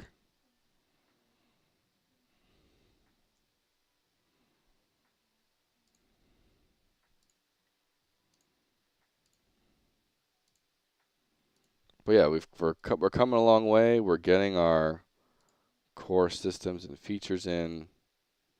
It's starting to feel very distinguished from other games and other MMOs. So that's 8. 1, 2. Did not do that guy. 1, 2, 3, 4, 5, 6, 7, 8, 9. That sounds about right. It's great seeing all the changes. Yeah, thank you for that. Yeah, I know. Especially with you being one of the OGs, right? Like you were there at the first playtest, I think, weren't you? One back in the April.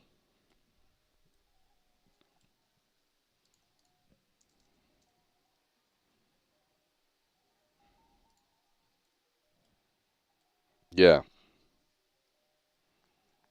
All right. So have that one covered. That one. That one. That one. All right. Those are all those covered.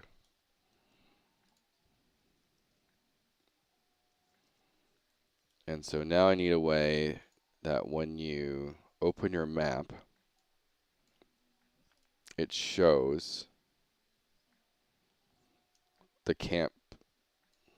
So on these things that I've just placed, um,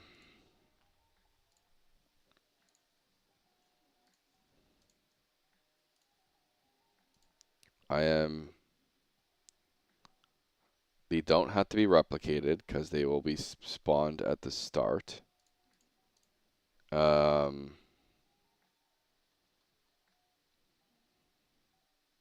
don't need to replicate them. They have all their information. what I do need to replicate is the camp power level, which I am replicating. And that's it, I think. Um,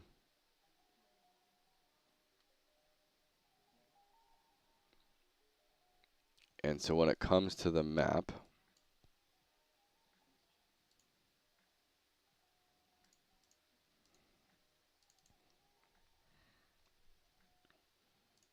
we would come down here.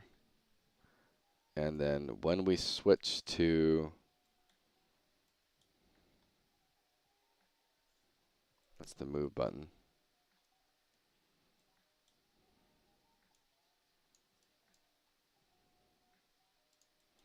So when we're basically going to call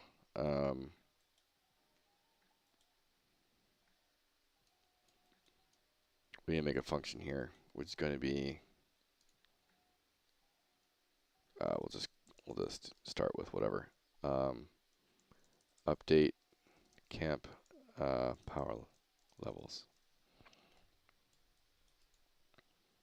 And so now we need a number or a text.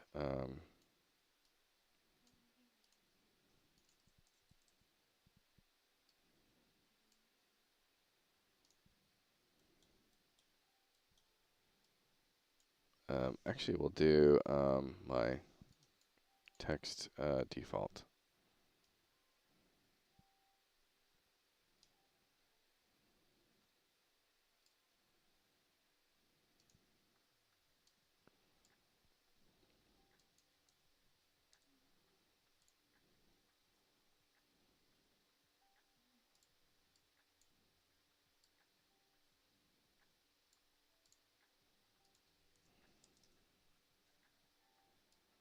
So it'll be look something like, I do want this at whatever the highest is. And then hit test. It's not testable.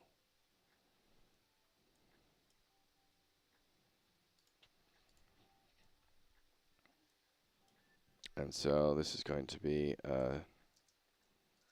camp power level. I'll do power level. Newbie yard. Goblin camp. Duplicate that. Spider camp.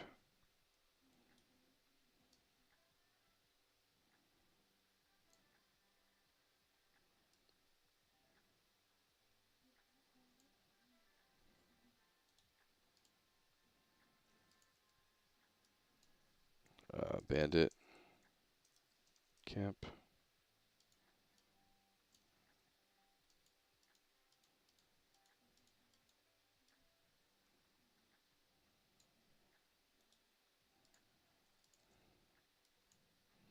Skeleton camp.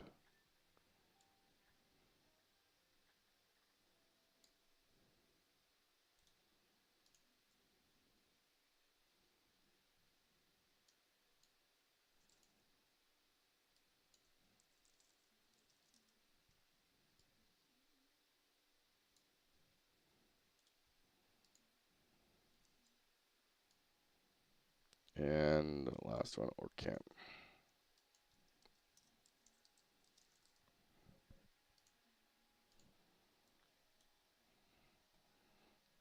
Alright, now all of these are going to be hidden by default.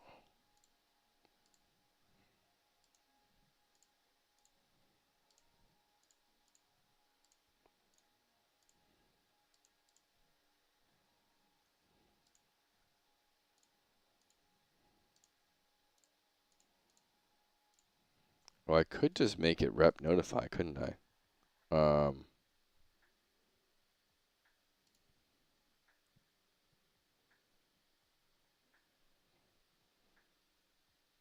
I probably don't need to.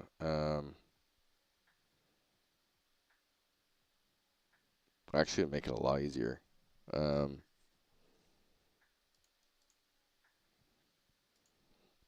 if this is rep notify, um, let me test this. Um,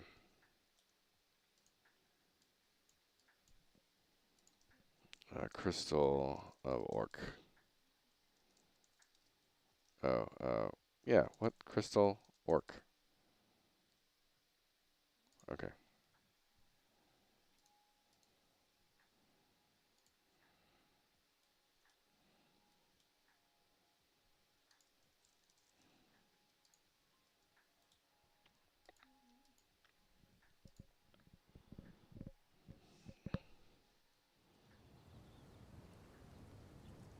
Oh, that's the other thing too. Is like this giant thing is supposed to, when you walk out of the cave, it's like really meant you to intrigue you to come walk up it, and as a result, you discover exploration, and so that's the concept behind that as well.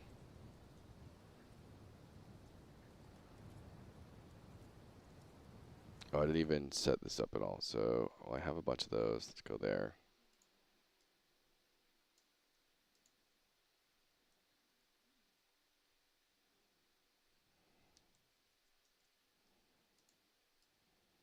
There. Save.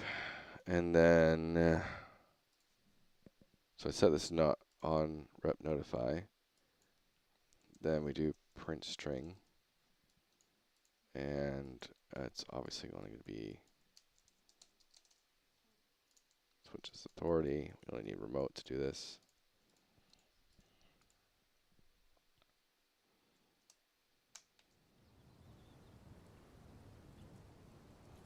And then I can do it through a string. And so go over here. So there, I got some exploration XP for coming to this camp. Um,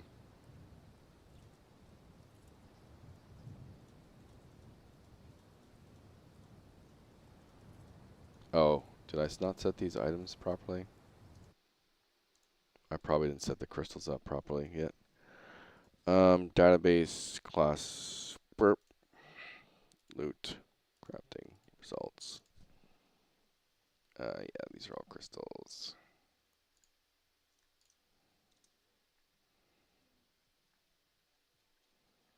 This is, oh, let me do this.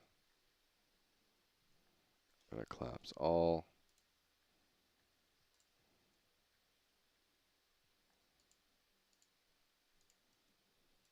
And now reopen everything. So this is zombie, wolf, stag. Oh, they're not even set to consumable.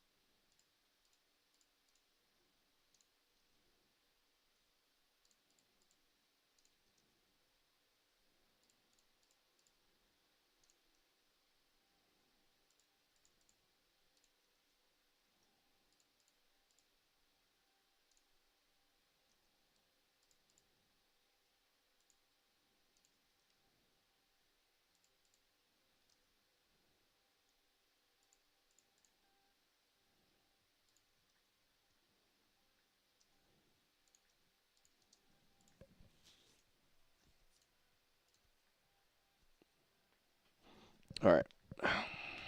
Let's test this now.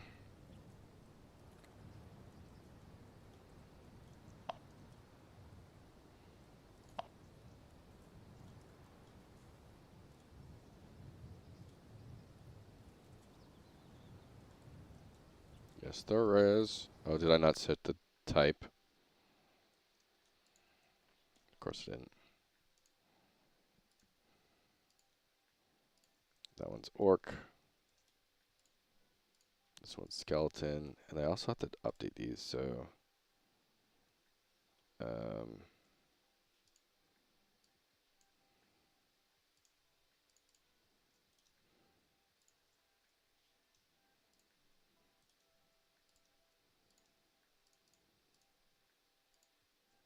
I think I just do this.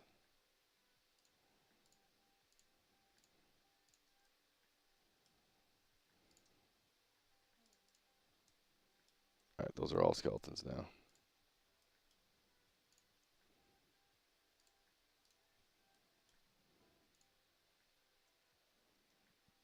Oh, did I do these? Why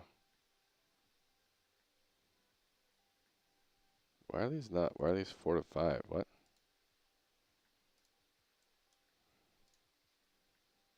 I thought these were all supposed to be 4 to 7.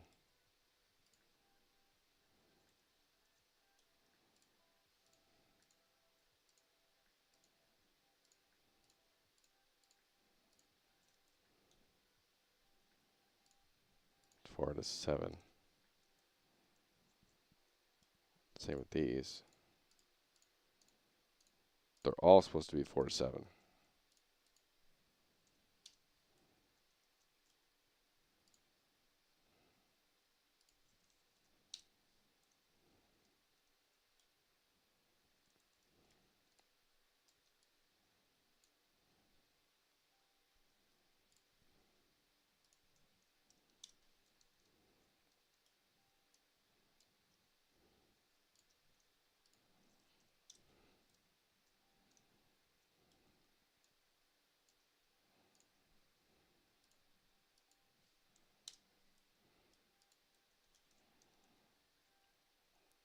Alright, I think that's all those. Okay.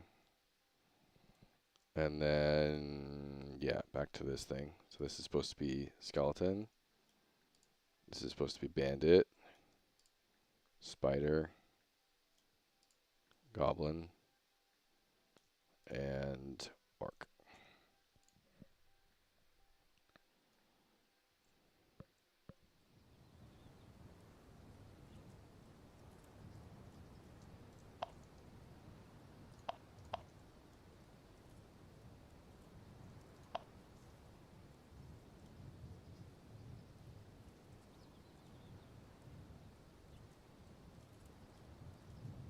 Alright, so it's upgrading, but I'm not getting any type of net notify, it seems.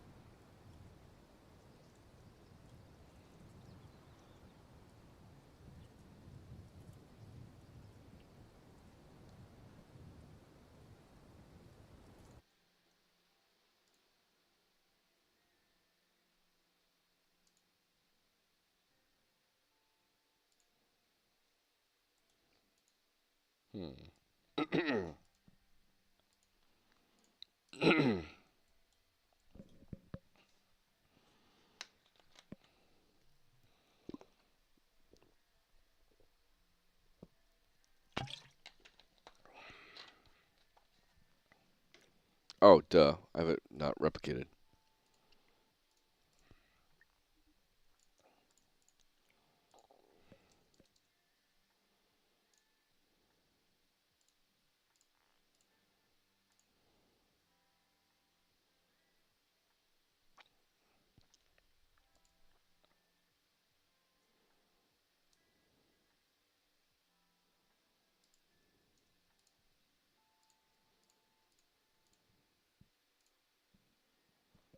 Alright, let's do it.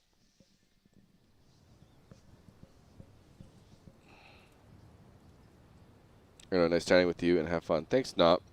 Again, thanks. Really appreciate you checking in.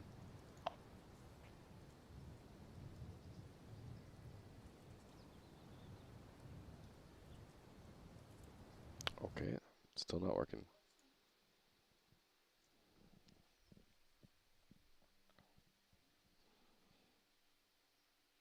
Mm,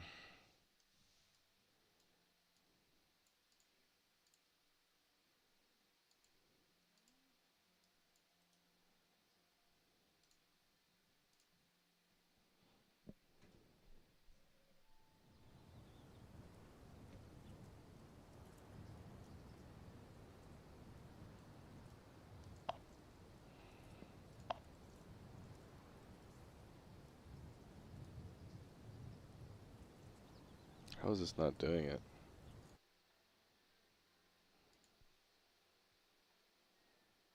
I wonder if increment doesn't trigger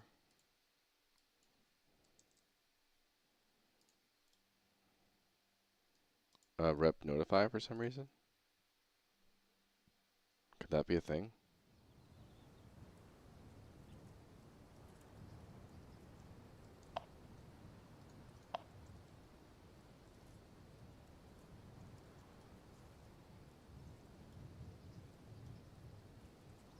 Okay.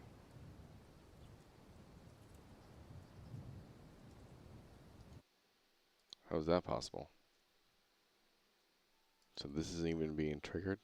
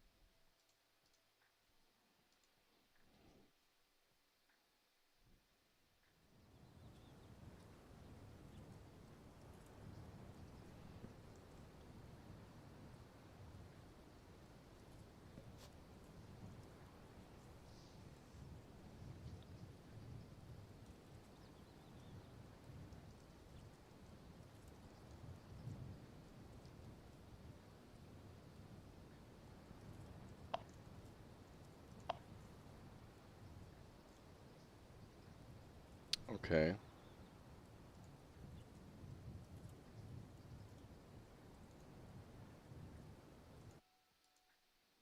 So we get here.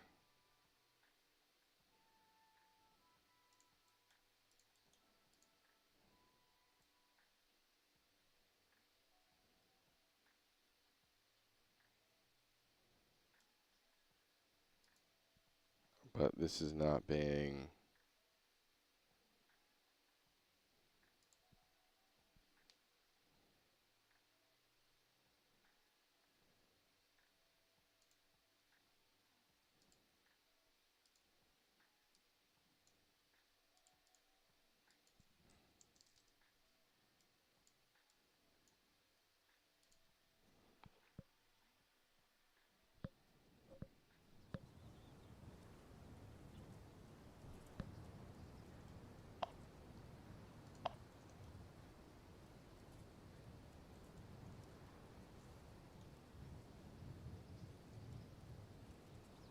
Oh, I'm a dork. I forgot disabled screen messages. I'm such a dork. Yeah, so it's working. I'm a dork. When I did my short today, I of course disabled screen messages. And so here I'm sitting there. Why is this printing string? And now it still is a little bit curious why the stop's not coming out. So I do have to, this might actually not be working. I don't know.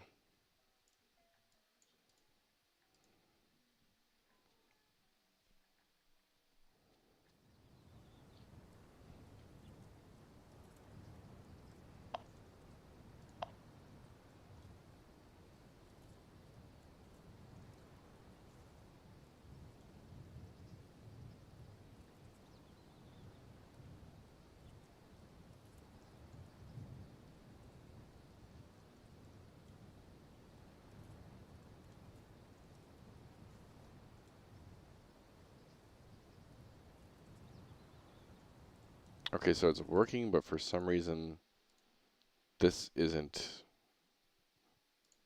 triggering as a breakpoint. So that's weird. Talk about making it confusing. All right, so we as a client, we can do get player controller, get HUD, and then because there should only ever be one player controller. Clients don't receive other player controllers. And so the HUD here is I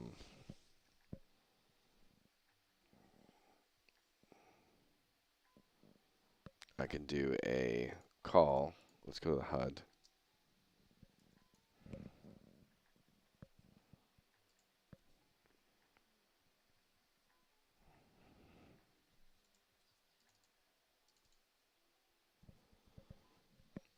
And from here, we're going to do a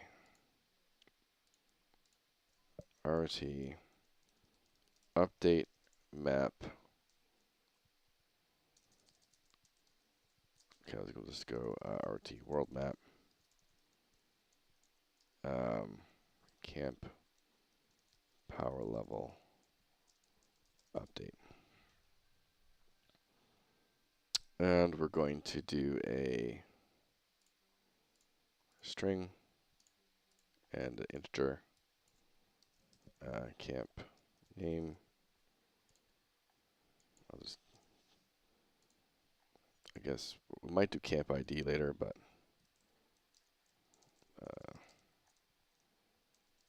power level.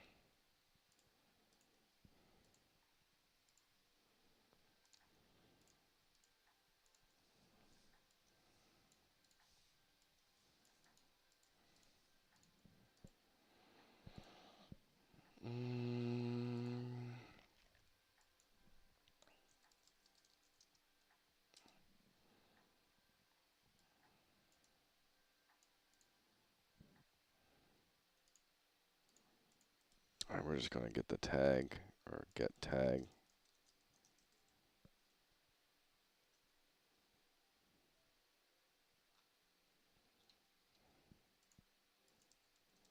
Get this, do that, and then power level.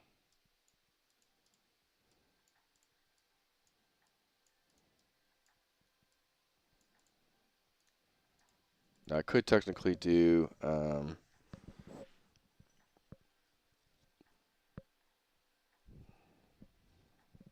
yeah, I think I'm just going to do this to the HUD like that.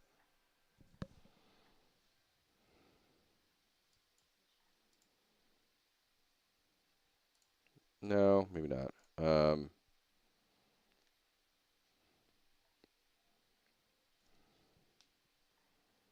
think we have, do I have a world map here?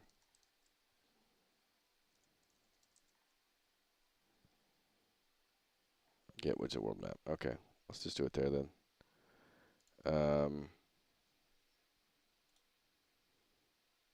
Cut that. Let's do this. Let's copy this and then delete it. Yes. And then kill that. Go to world map.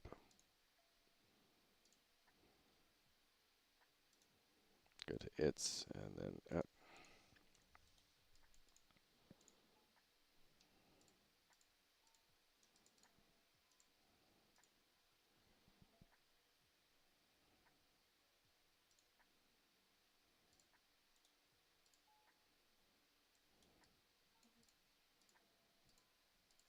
and then back over here. And so we're going to get a world map widget.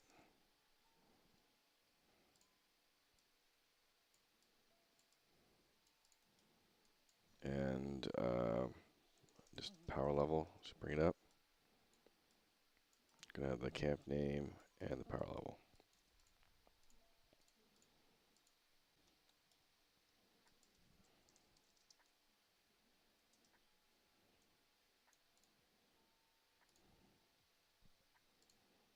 This is very much a bit of a temporary setup. I'm just trying to get it in and working.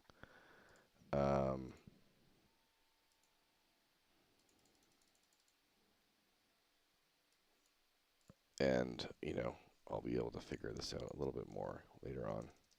That's a bit more of a robust system. Skeleton, bandit, spider,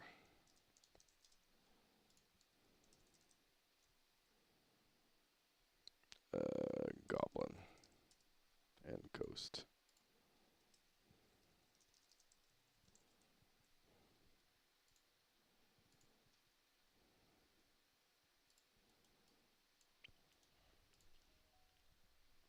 Oh, you know what? I'm going to make this a function.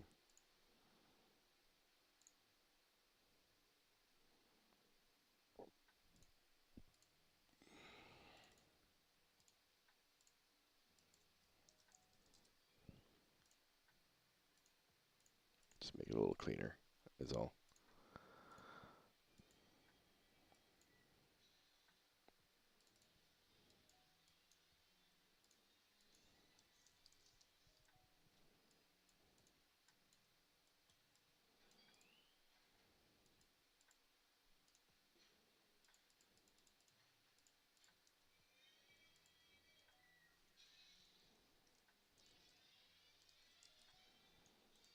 I hear my kiddo, so I'm going to have to do a pit stop for her.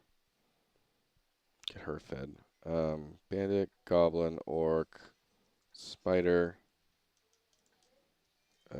ghost, skeleton. All right, I'll be right back.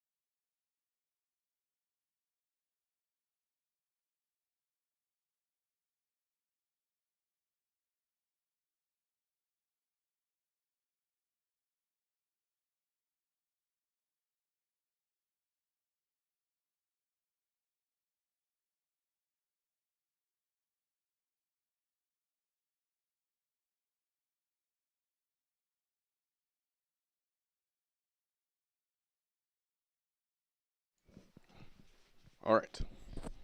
I am back. All right. So now we're going to go to our text. I have to make them all variables.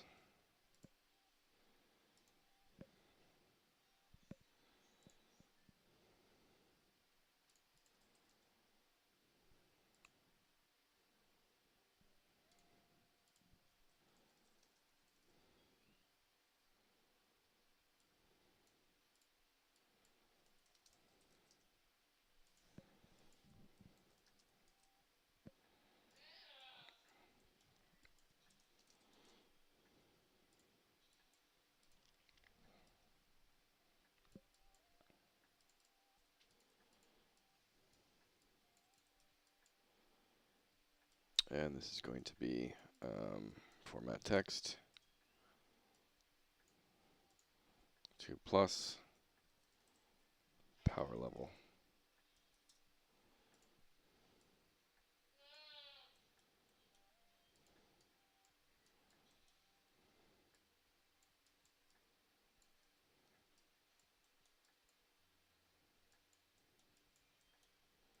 There's 1, 2, 3, 4, 5, 6.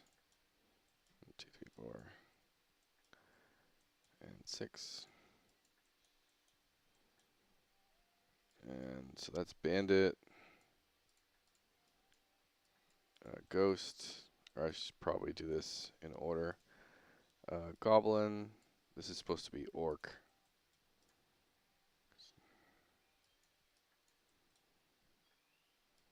Orc, and then goblin, and then bandit, so goblin, bandit, spider,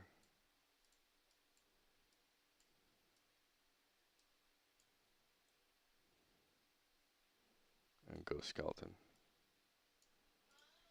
Ghost, skeleton.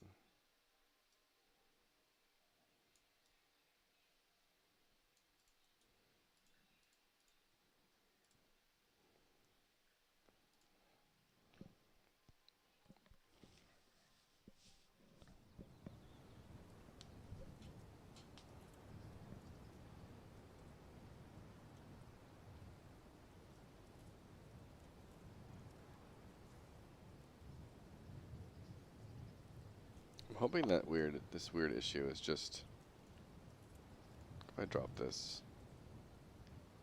Okay, yeah, it's just a startup issue. Okay.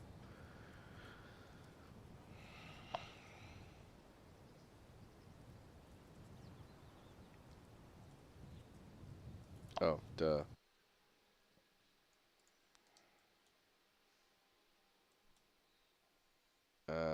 We didn't even set this, so power level.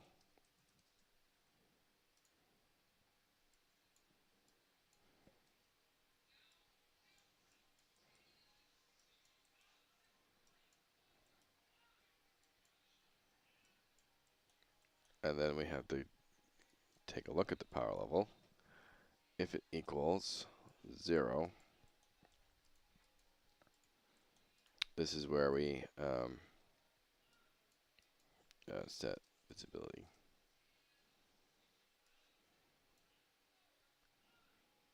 And, okay, that's going to be a little more complicated than I wanted, but branch.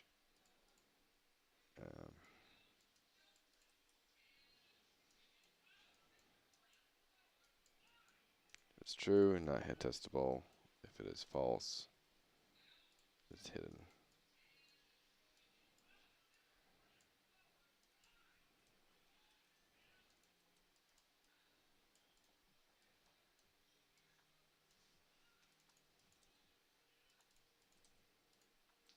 All right.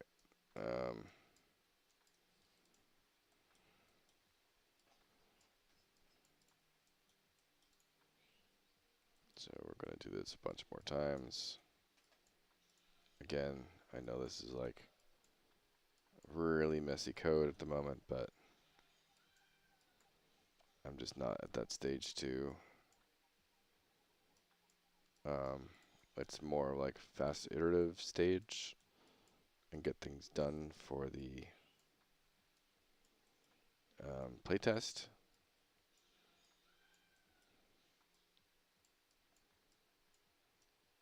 type thing.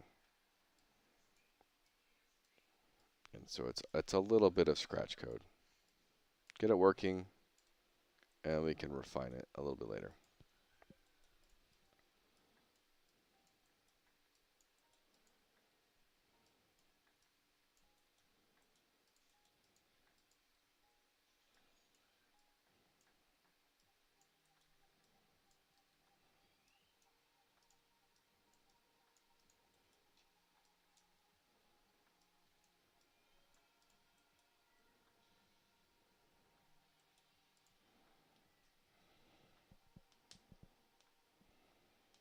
All right, I think that's good. That should do it.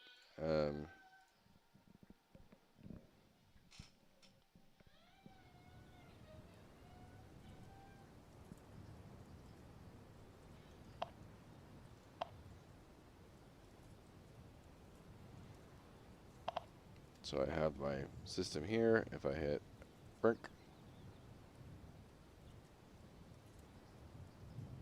Burk, did not work. Oh, I don't think I updated the actual um,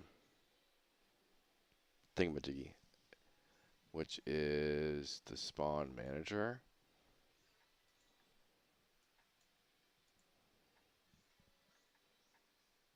Okay, camp, power level,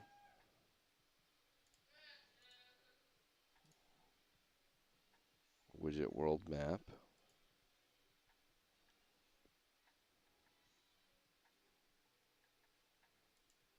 All right, so first up, are we getting here? We should be.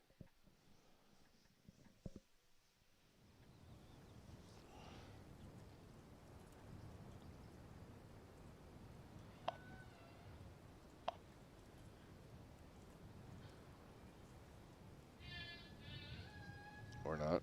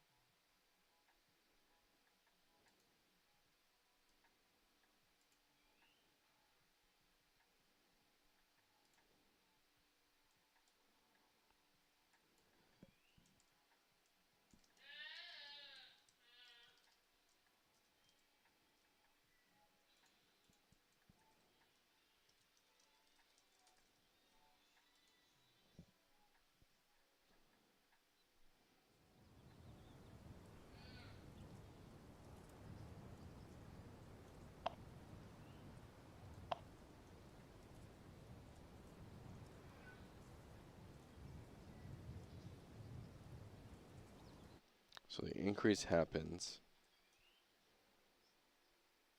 but I wonder if for some reason increment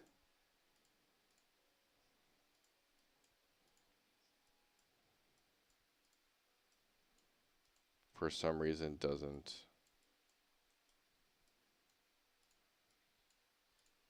trigger net or notify.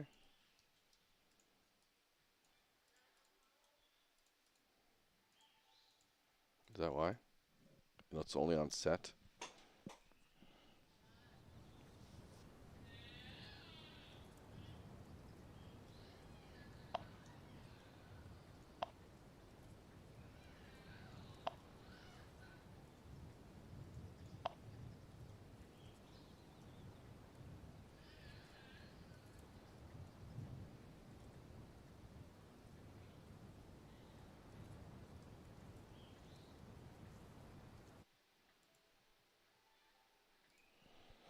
Hmm.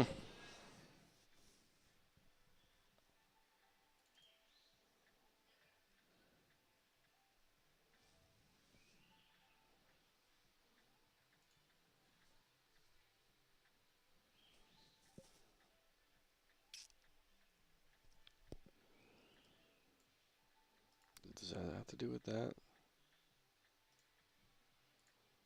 I don't think that would do it, but maybe.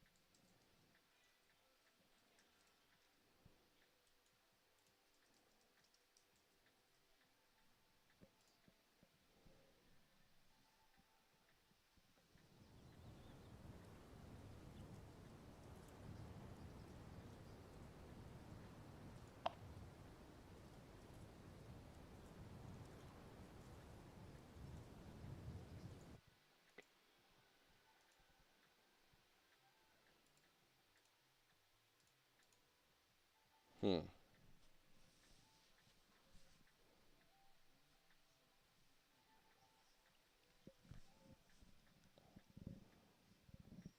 Maybe it's because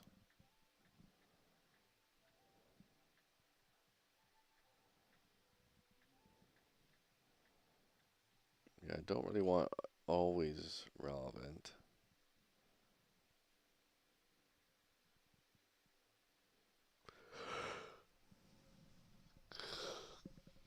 Maybe because it's just spawned in the game. Maybe I have to actually spawn these.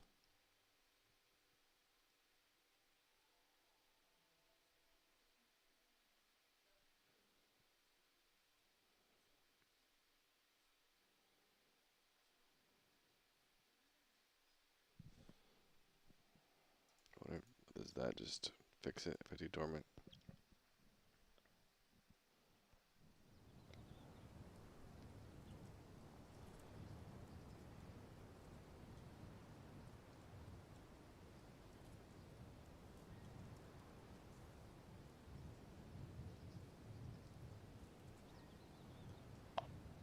Or do you move those closer?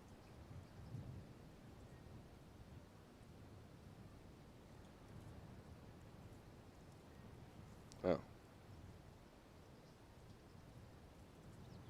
I think that fixed it.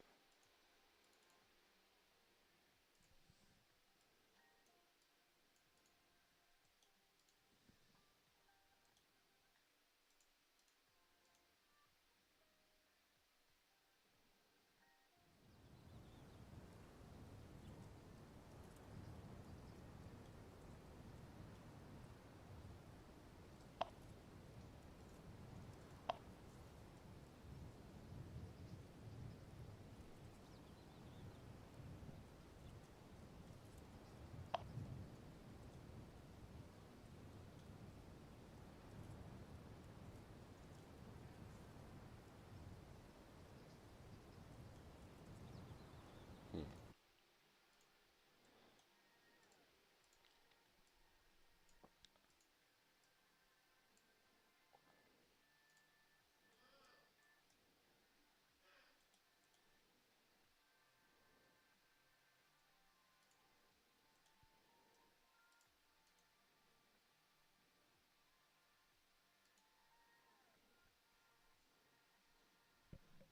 So is it working? It's just not calling it.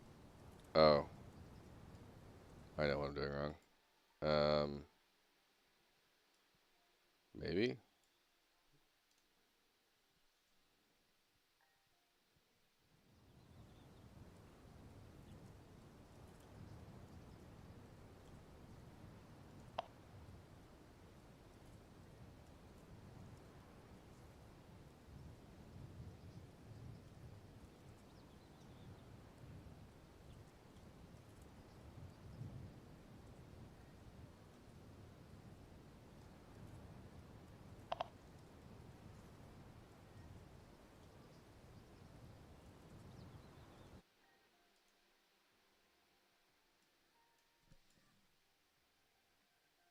Why was this working a second ago, but not now?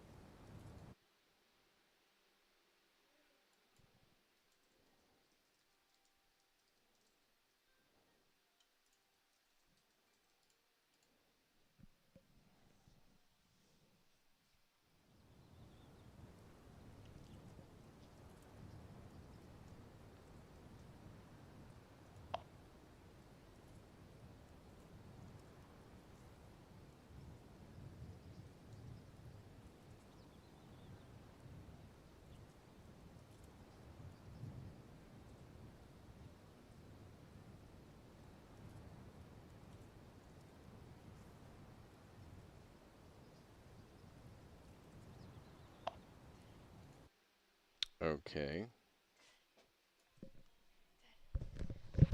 Erin cut my hair.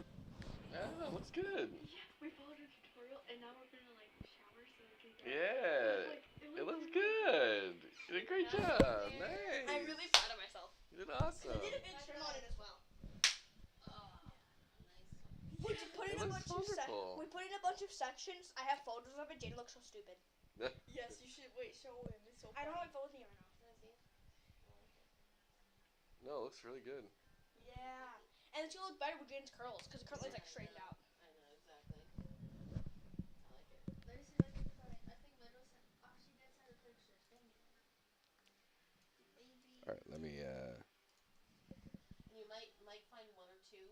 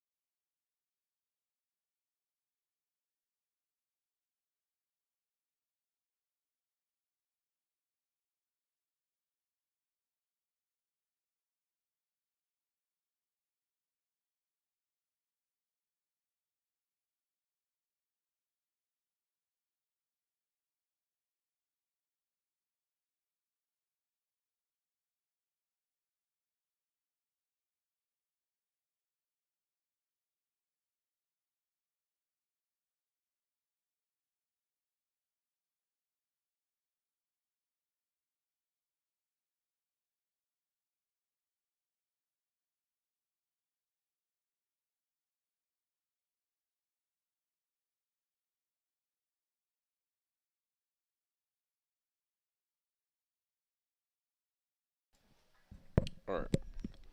So this client stuff is coming through. Just for some reason.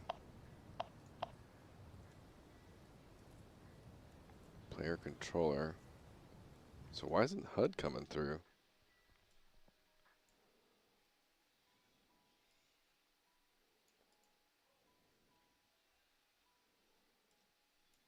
That's so strange.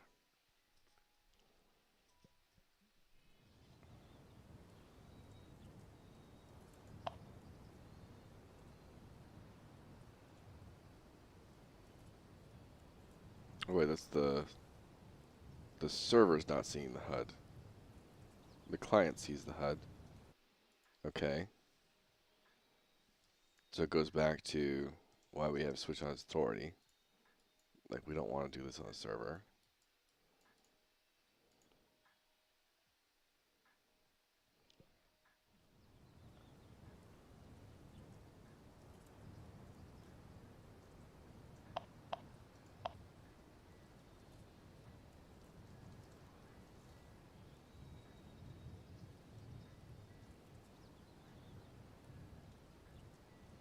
Alright, so client sees the HUD. Get widget world map.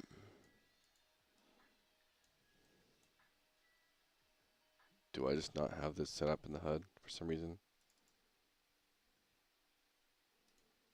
Okay.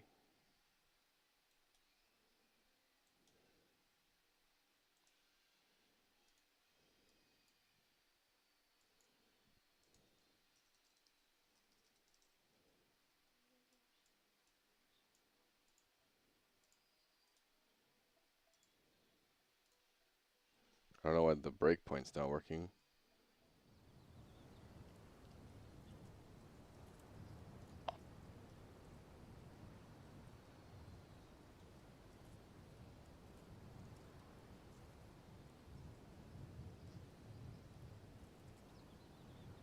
Widget world map is there.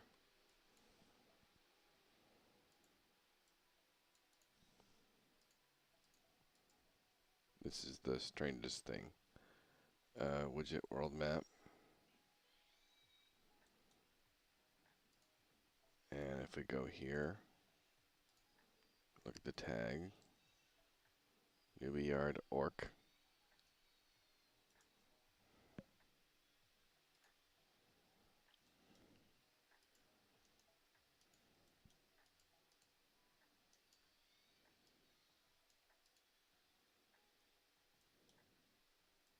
Ah, I'm dope. Oy.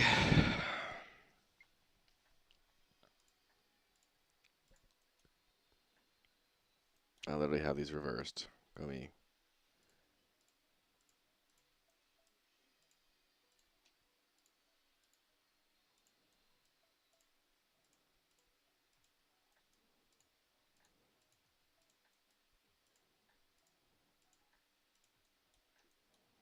Good job, Christopher. Good job.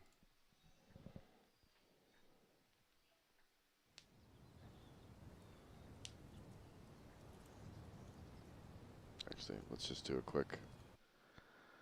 Since I might as well just test these at the same time. And this should work still, I believe. So I'll just go back to this. And then I'm going to set this to like 10 seconds.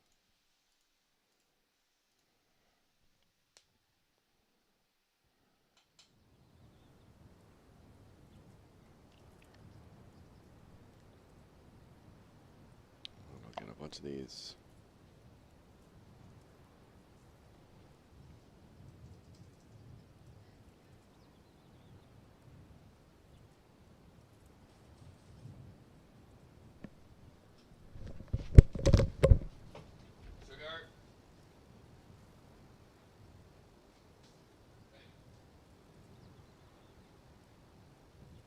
Can you bring Shuggy here, Chris? What? What? Yeah, but there's a leash over here. Can I have my Shuggy? Hi, honey. Come see Mama. Come see Mama.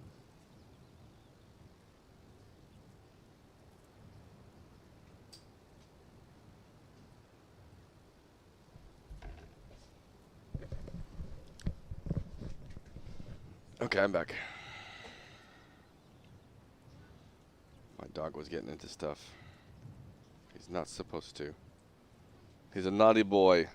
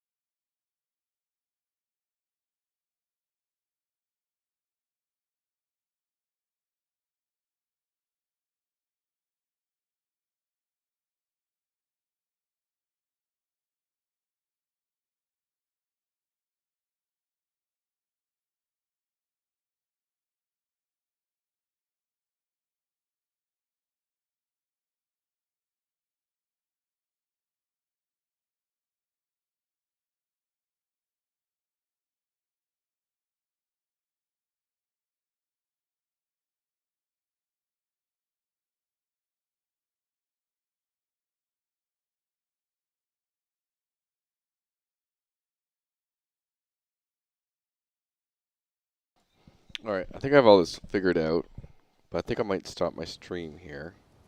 So we bounce it a bit around a little bit. And just do some offline work.